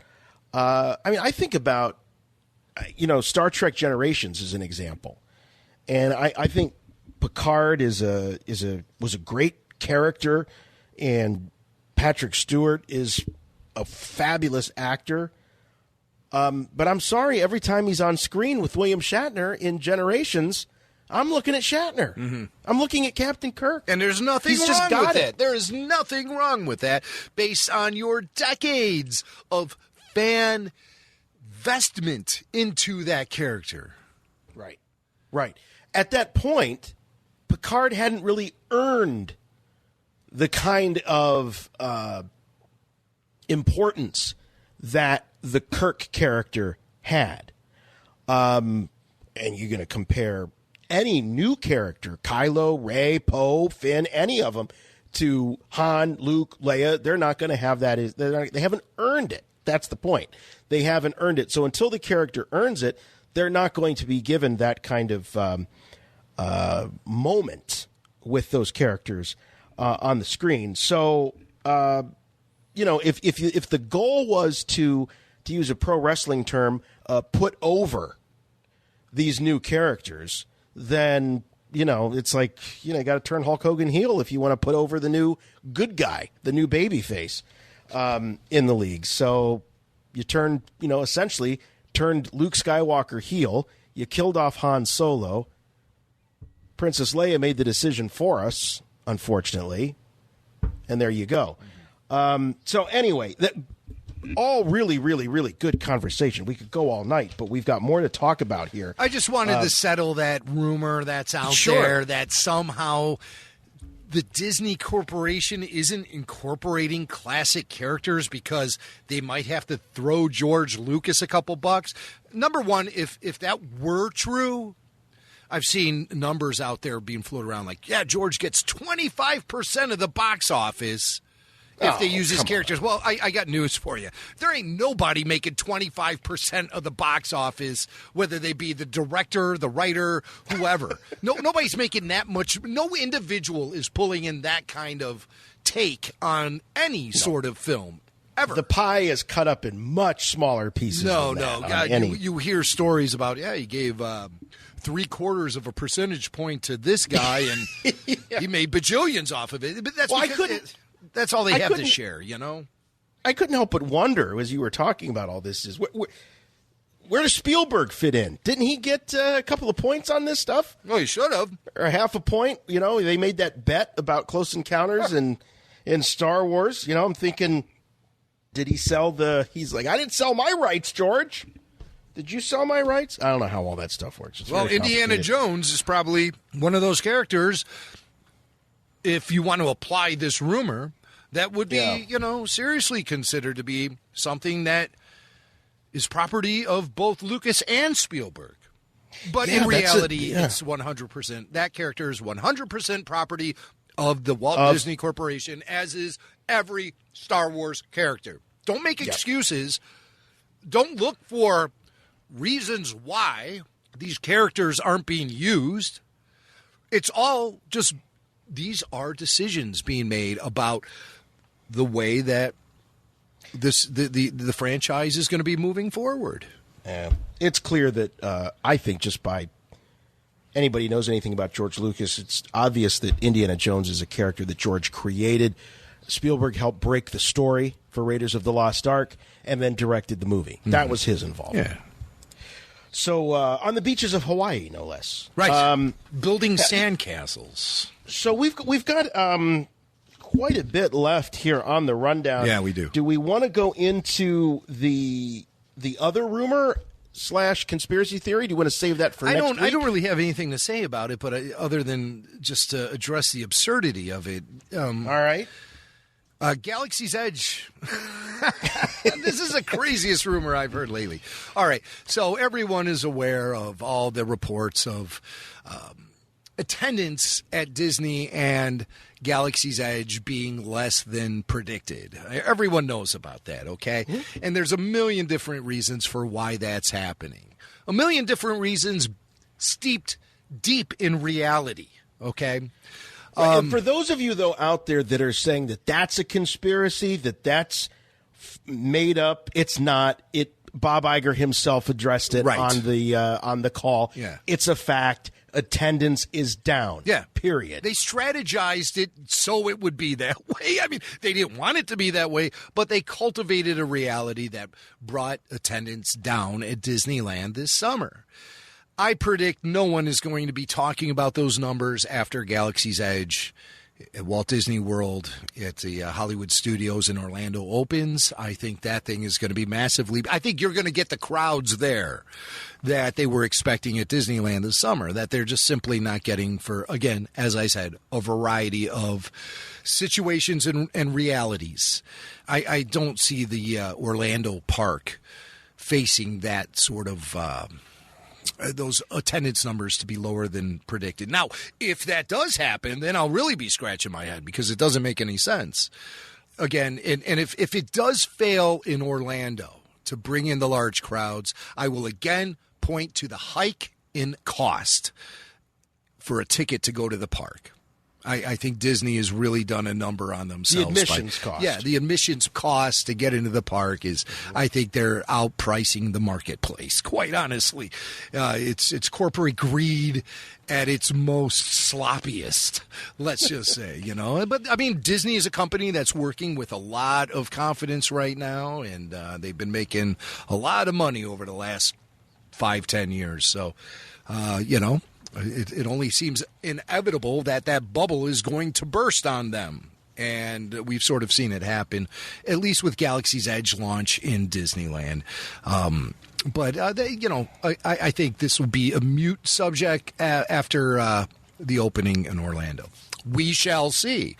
But the big rumor here floating around is that the Disney suits are so shocked and stunned by the attendance being below predictions that they're actually considering bailing from Star Wars Galaxy's Edge. This thing's been in development for 5 years. It's cost millions and millions of dollars. It's been developed by some of the top creative minds at both Disney Imagineering and Lucasfilm, guys like Doug Chang. They spent a lot of money researching and building Galaxy's Edge. Because the opening few months have been earning less attention than expected, the rumor now is that Disney is considering flipping the Galaxy's Edge environment into an Aladdin-based experience. Aladdin! Because the Aladdin movie with Will Smith, that did pretty well. That did great box office for Disney this summer. Huge! But do you think they're going to use recent box office success of the live-action Aladdin to change the plans they have set in place since essentially 2012? Overnight. What would they call that land? Overnight. Something like A Whole New World? That's it. Yeah, a whole new Galaxy's Edge. So, no, I can't even tell you how little confidence I have in that kind of rumor. That is some fan speculation gone just completely amok, and there is not a chance in hell anyone has had the conversation about converting Galaxy's Edge at this point in history, after it's only been open for a couple of months, converting it into Aladdin Land. That ain't happening. That is not happening. That makes me laugh. That is such a silly, stupid rumor. Lion King has out box officed already Aladdin, so why aren't they talking about it being, Pride Rock? From Galaxy's Edge to Pride Rock. Why Aladdin? What a weird... I don't get that. That's the goofiest thing I've heard. Yeah. No, I don't believe it's that. I think that the rumor was actually... If the source of the rumor was the relative of an employee.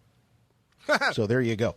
That's like, you read in politics and they're like, a person familiar with the matter. Hey, my friend Jessica, who she serves Cokes over at the Hungry Bear restaurant.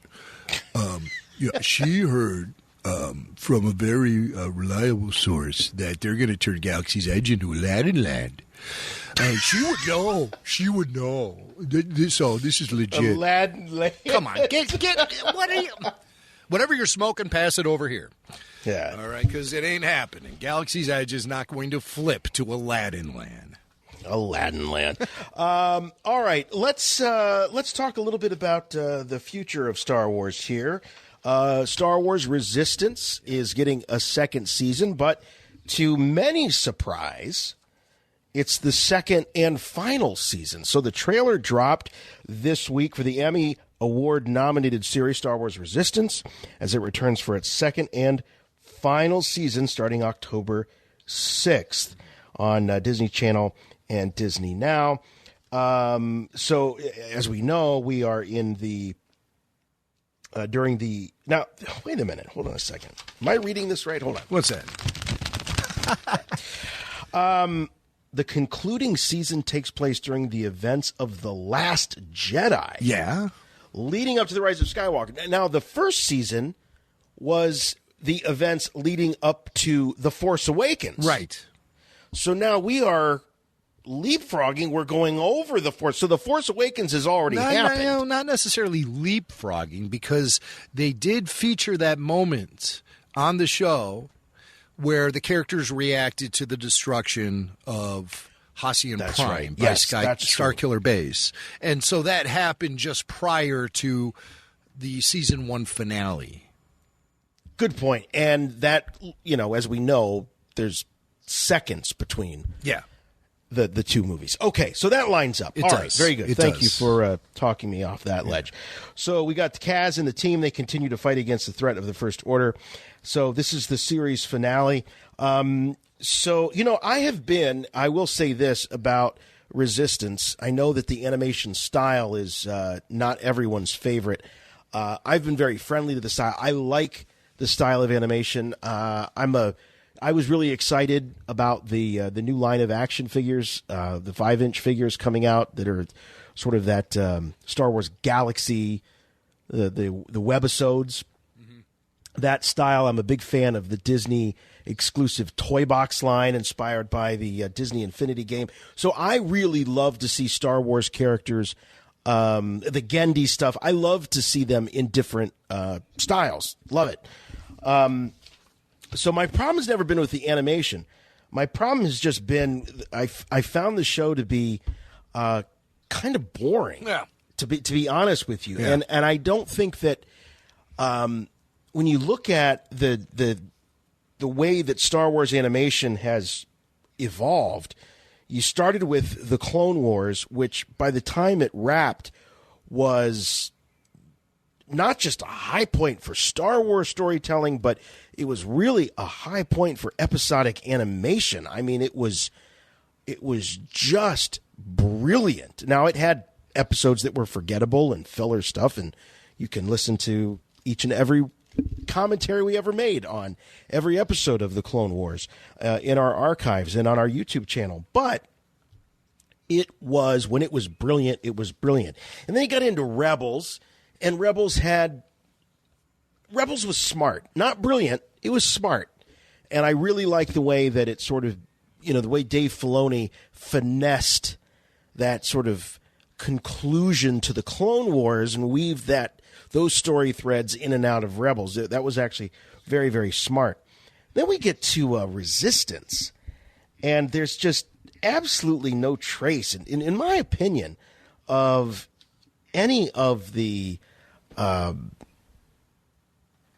of the smarts, none of the brilliance of the other two series. Yeah. Mm-hmm. It just felt like another cartoon. Right. And that's emblematic of the sliding quality that Star Wars has been experiencing since the success of The Force Awakens.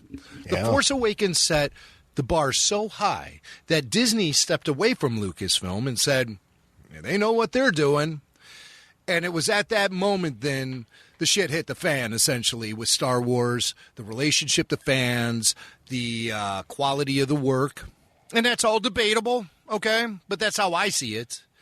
And also, I've noted that fan morale is the lowest it's ever been in my 40-plus years of observing this stuff. And all of that happened just a couple of years ago. That really kicked off in the post-Force Awakens era.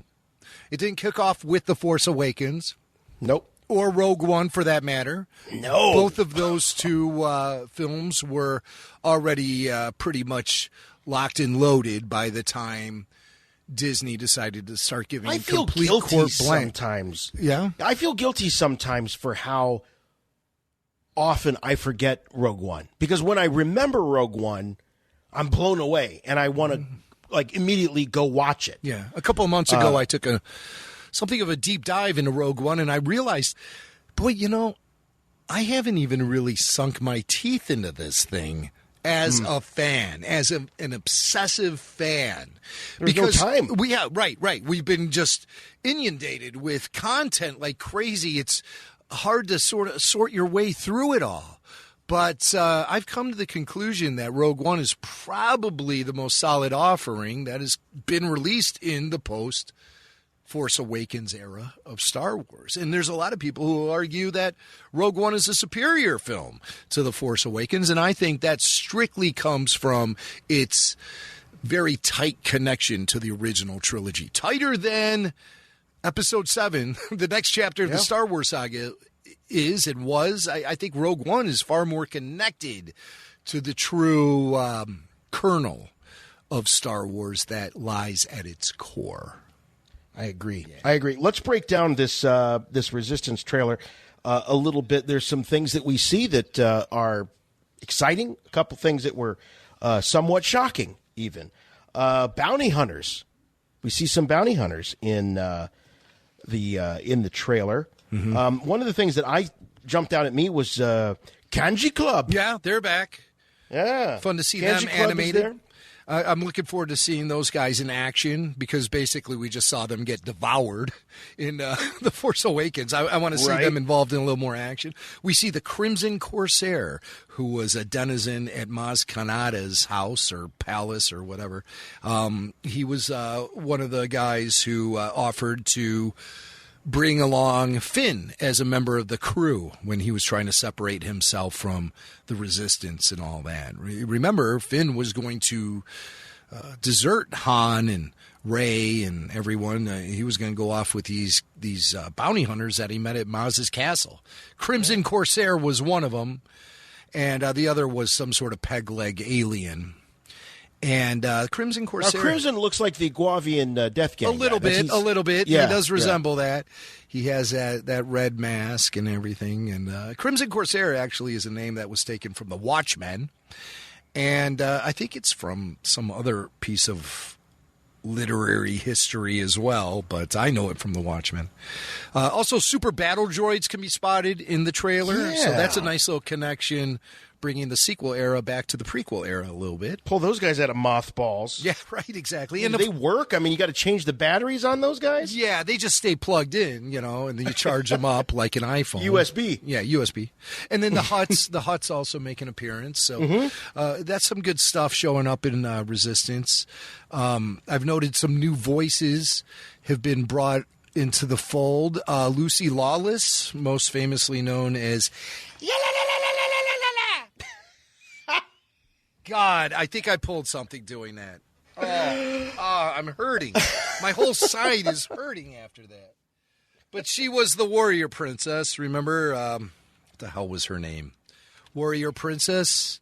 Come on. Xena. Jeez. Yeah. Jesus. Well, when you said Lucy Lawless, the first thing I thought of was Lucy Liu. And I'm like, what? No. Lucy Liu? No, she hasn't Lucy been seen Lawless, since... of course. She hasn't been seen since the Drew Barrymore Charlie's Angels film. That was it for Lucy Liu's career, I think. Now, Lucy Lawless has a cameo in one of my all-time favorite comic book guy moments on The Simpsons. What's that?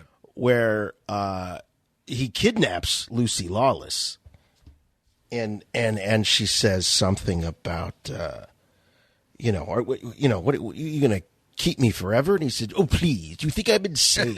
I merely wish to take you to my lair and make you my bride. So we have Lucy. Yeah, Lucy Lawless, Xena. Joe Manganiello. Yes. Joining the crew. Joe is going to be playing a character named Axe Tagrin, and Lucy is going to be playing a character, the Aosian Queen. Okay. All right. And I do predict Star Wars Resistance is going to have a superior Season 2 compared to Season 1. Season 1, I felt a little claustrophobic. We were constantly stuck on the same planet, in the same space station, refueling station, whatever it was. It lacked the epic quality I think is essential to all Star Wars storytelling. And I noted that when the characters actually did leave that platform, the rare times they did, that's when the show started to excel. So now the platform, spoiler alert, the platform is now space bound. They took a light speed jump. The platform actually revealed itself to be a spacefaring vessel. It pulled itself out of the ocean and made the jump to light speed with the First Order following them. So I think we're going to be dealing with a Lost in Space situation here a little bit as Season 2 begins. But we know that the First Order is going to catch up with the folks, the Resistance crew on board the platform, and the events of Episode 8 will also come into play, including the presence of Kylo Ren. And we have a little clip of Kylo here. If you are not capable of dealing with them, then I will find someone who can. Aha. Clearly not the voice of Adam Driver. No. But that is, of course, Skywalker Sound's Matthew Wood, who came into the fold of voice acting with some work he did on some battle droids in the prequels. And then, of course, he elevated into the spotlight as the voice of General Grievous, making himself a voiceover force to be reckoned with. He's done a lot of voice work in Star Wars Clone Wars, Star Wars Rebels, and now here he is showing up in Resistance as the voice of Kylo Ren. I don't think this is the first time we've heard Matt do the voice of Kylo. I think he has done some vocal work for some of the toys from Hasbro, etc., and maybe some of the video games also. So he's not new to the voice of Kylo, but I think this is the first time we're actually seeing him represent that character in a canonical source. Yes. Well, good for Matt. That's great. So he is now known as, and he can do autograph signings as Kylo Ren. Yeah, among many other characters he's voiced. So good for Matthew Wood at Skywalker Sound. Congratulations. One other Matt, well known to Star Wars fans, is Matt the Death Star Tech from the Adam Driver Saturday Night Live bit. Everyone remembers Matt, the Death Star Tech. People even cosplay as him. Oh, yeah. At various conventions. Well, they did feature a visual image of Kaz wearing a technician's uniform, a First Order technician's uniform in Star Wars Resistance Season 2 trailer, and he is clearly wearing the same wardrobe Adam Driver wore on Saturday Night Live. Yeah, it's a great homage. When I saw that, I was like, now that's smart. Yeah, that's smart. With the orange supply vest and the gray jumpsuit. It was great. He's not wearing the glasses that Matt wore, Adam. No. He's not wearing. He's not bespectacled. But there are really no glasses in Star Wars. There's been very rare moments where you encounter a bespectacled character in Star Wars. We've done a whole investigative report on that. But once again, so season 2, we're not in the UK, we call it season. Mm-hmm. Season 2 starts October 6th, 10 p.m. Wow. They're really burying that. Yeah, they sure are. 10 p.m. So, remember when X-Files moved to Friday nights? Mm-hmm. No. Mm-mm. No, when X-Files moved to Sundays. Right. It was Friday nights, then it moved to Sundays. Yeah. And that was like the death knell. Wow. So October 6th, 10 p.m., and all the kids are up. Mm-hmm. It's leading up to the Rise of Skywalker. Now, that really has me intrigued. So we might get, since it's starting in October, and it's the final season, my guess is it's going to be a short season. And I wouldn't be surprised if it wraps up right before the Rise of Skywalker is released. Wow. Yeah. They'd have to time out the storytelling in such a way that maybe Resistance will continue into early 2020, where some of the characters are dealing with the fallout from the Rise of Skywalker. I think that would be very interesting. I think that would be interesting. But that would also, I think, perhaps lead fans into wondering, okay, well, what happens next in Season 3? I think they'll wrap it up before Rise of Skywalker comes out, honestly. But, something, Jim, that we've had a history where when one animation project announces its end, we get sort of the rumors and the speculation about the second. What are your thoughts about the future of Star Wars animation? Clearly, it will reside on Disney+. All the focus right now is in live action. Do you see them taking on another animated project anytime soon? Absolutely, and we might learn details about this at D23, which is happening next weekend. So we know we're going to be getting information about Episode 9 at D23. We know we're going to be getting information about The Mandalorian at D23. I wouldn't be surprised if we get some additional information about the Clone Wars revival. And, of course, there are very strong rumors out there being reported from Variety and elsewhere that Ewan McGregor has signed on the dotted line to not only star in a Kenobi series for Disney+, but also to direct episodes of that series. Rumors are very strong, and all arrows are pointing at D23 as for when the announcements will be officially made and this news will be confirmed. Plus, I wouldn't be surprised if we heard something about the Cassian Andor Rogue One prequel series that I'm personally looking forward to. I think the sky's the limit for that series. So big things to look forward to at D23 include information about all things Disney Plus, including we're sitting on the edge of our seats waiting for confirmation of an Obi-Wan Kenobi Disney Plus series starring Ewan McGregor, something we've been talking about for at least the last year here on Rebel Force Radio, ever since the announcement was made that the Kenobi theatrical release was going to be scrapped as a concept, and all pre-production, I believe, shifted over toward the Disney Plus platform the day that announcement was made. So, Ewan McGregor returning in Star Wars, I hope so. We'll find out more next weekend at D23, I'm sure. So, looking forward to that. Jason, we have... Well, since you... Oh, I just wanted to follow up on your D23 talk. This wasn't in the rundown, but I did take a look at the schedule for D23 and some of the events that are planned for the event. So we're talking about 2019. It's August 23rd through the 25th. On the 23rd, we've got a couple of events that are interesting. One is the Music and Sounds of Star Wars Galaxy's Edge. So that's a presentation that's happening there in the arena. Also, that same day, Vader Immortal. Now, this is the Oculus Rift. I don't know what you call it. It's not a game. It's experience. Is it a game? It's like an experience. They call them episodes, and it's an interactive Star Wars entertainment experience. Is the best. I wouldn't call it a video game, and I wouldn't call it a series. An interactive Star Wars experience is really probably hitting a nail on the head, you know. So it's getting its moment in the sun there on stage 28 at D23. But one of the big things is going to be at 3:30. That's the Disney Plus showcase.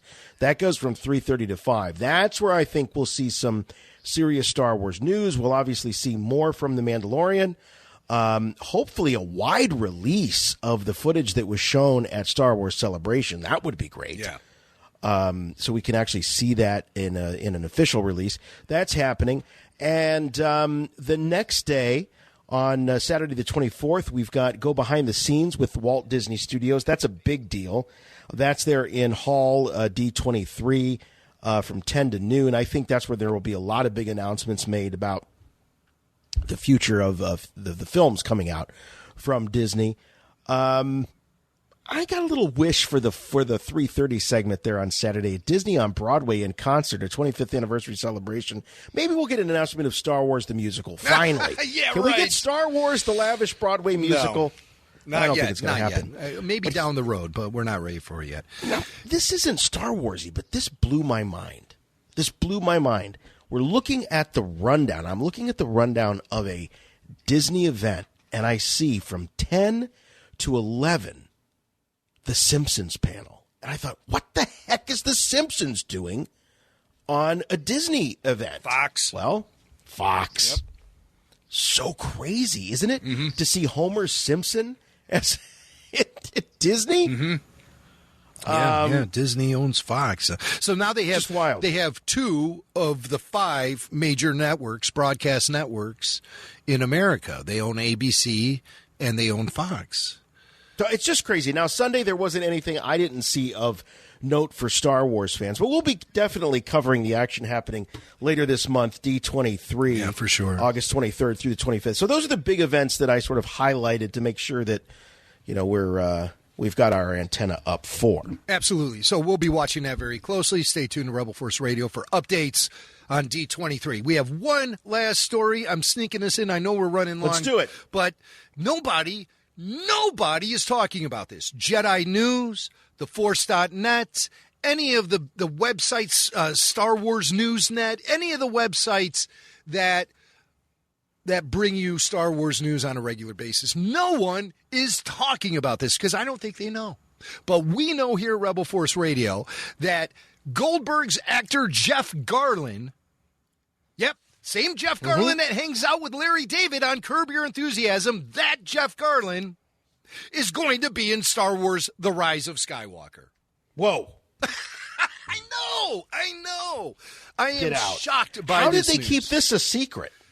Well, they did a good job until Jeff appeared on Podcast The Ride. Podcast The Ride is a comedy podcast about theme parks hosted by 3 childless men in their 30s. I'm reading their press release right here. But Goldberg's actor, Jeff Garlin, obviously has a close connection to one of the hosts on this show.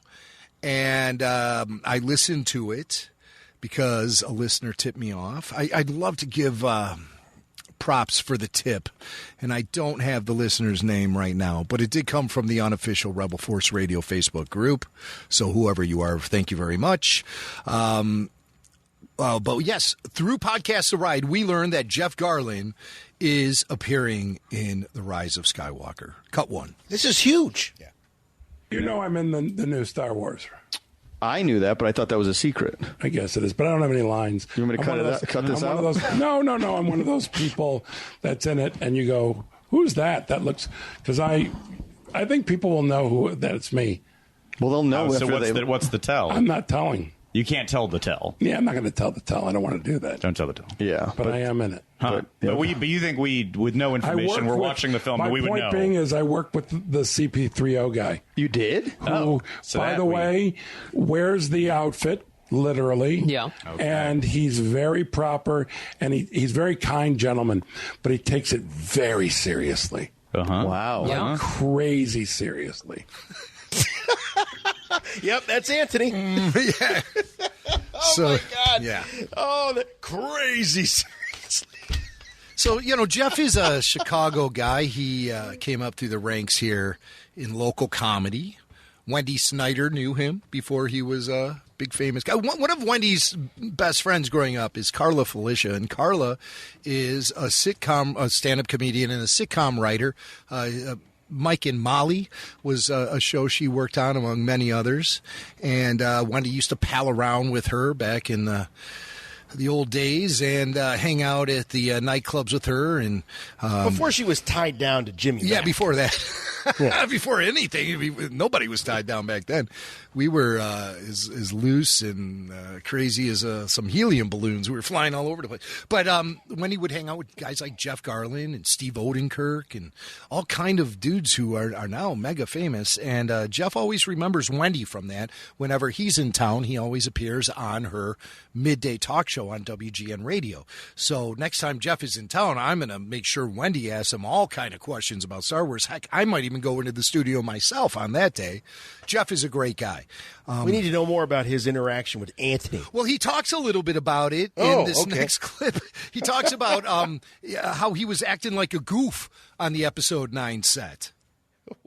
I'll actually have a good bit after the movie comes out because I really did a lot to distract everyone and things up. Sure, yeah. Including JJ. Starting with calling him CP3O. JJ would say to me, he goes, stop moving to your right because you know you're filling the whole screen. I'm not making that up because I saw where the camera was and I would make my way into like an area. And he goes, you can't because everyone's going to go.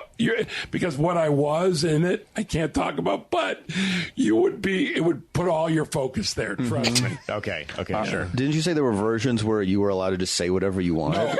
No, I did it for the dailies that they send to Disney. I did one where I talked about I told certain characters to leave, go do what they're about to do. When they come back, I'll have built a puppet theater. And there'd be fresh pancakes for everybody. So this was just sent blinds to Disney for them to go, what? I don't know if they'll put that on the CD, the DVD, but there are DVD extras, whatever extras. iTunes has extras now, but the point being is I don't know if they'll include any of that. Wow. But yes, I did do that on the Star Wars set. I would hope so. Boy, this comes out of nowhere. Yeah. What is the connection? Well, I mean, obviously, yeah. What's the connection? Well, okay. I was thinking to myself the connection would have to be ABC Corporate, owned by the Disney company. Jeff Garlin is one of the stars of probably the biggest sitcom on ABC these days, which is The Goldbergs. Right. And so I imagine that maybe Jeff and JJ were rubbing shoulders at some sort of corporate event. And one thing led to another, and JJ said, why don't you come over to Big Robot in Santa Monica, and we'll put you in front of, or Big Robot, what do they call it? Bad Robot. Come out to Bad Robot in Santa Monica, we'll put you in front of a green screen with Anthony Daniels. We'll see what happens there. Because I don't know, maybe Jeff actually was out on the set in London. You know, maybe he was there at Pinewood Studios. Didn't they? I thought they shot some stuff in the States. Oh, they do. They do use the Big Robot, the Bad Robot facility in Santa Monica. Yeah, right. Definitely comes into play for shooting certain things. I wouldn't think full scenes or anything, but definitely certain scenes or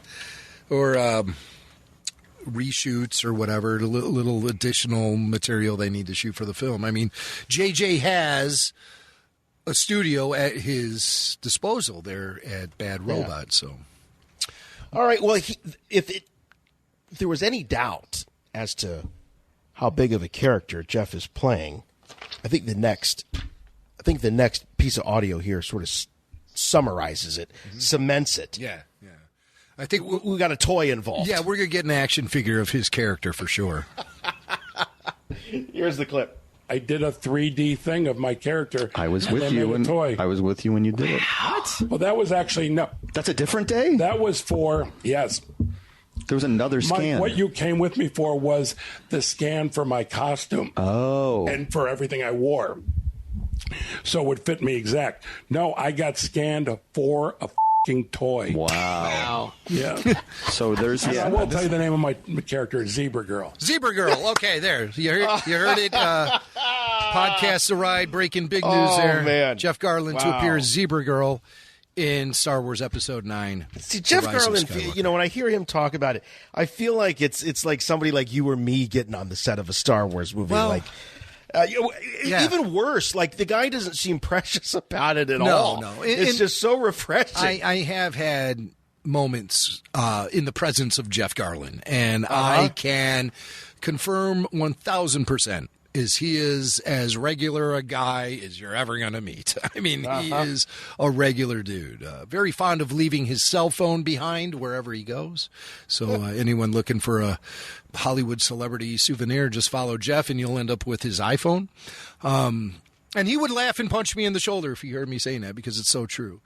So that interview is available on Podcast The Ride. You can find it at foreverdogpodcast.com. In the interview, they do talk a little more, so it might be worth checking out that full show to hear the entire conversation, because Jeff also revealed he would have no interest in playing his character on its own Disney Plus spin-off show. So he has no interest. So none. Amazing. Hog Squaddle returns. Jeff Garlin in the costume.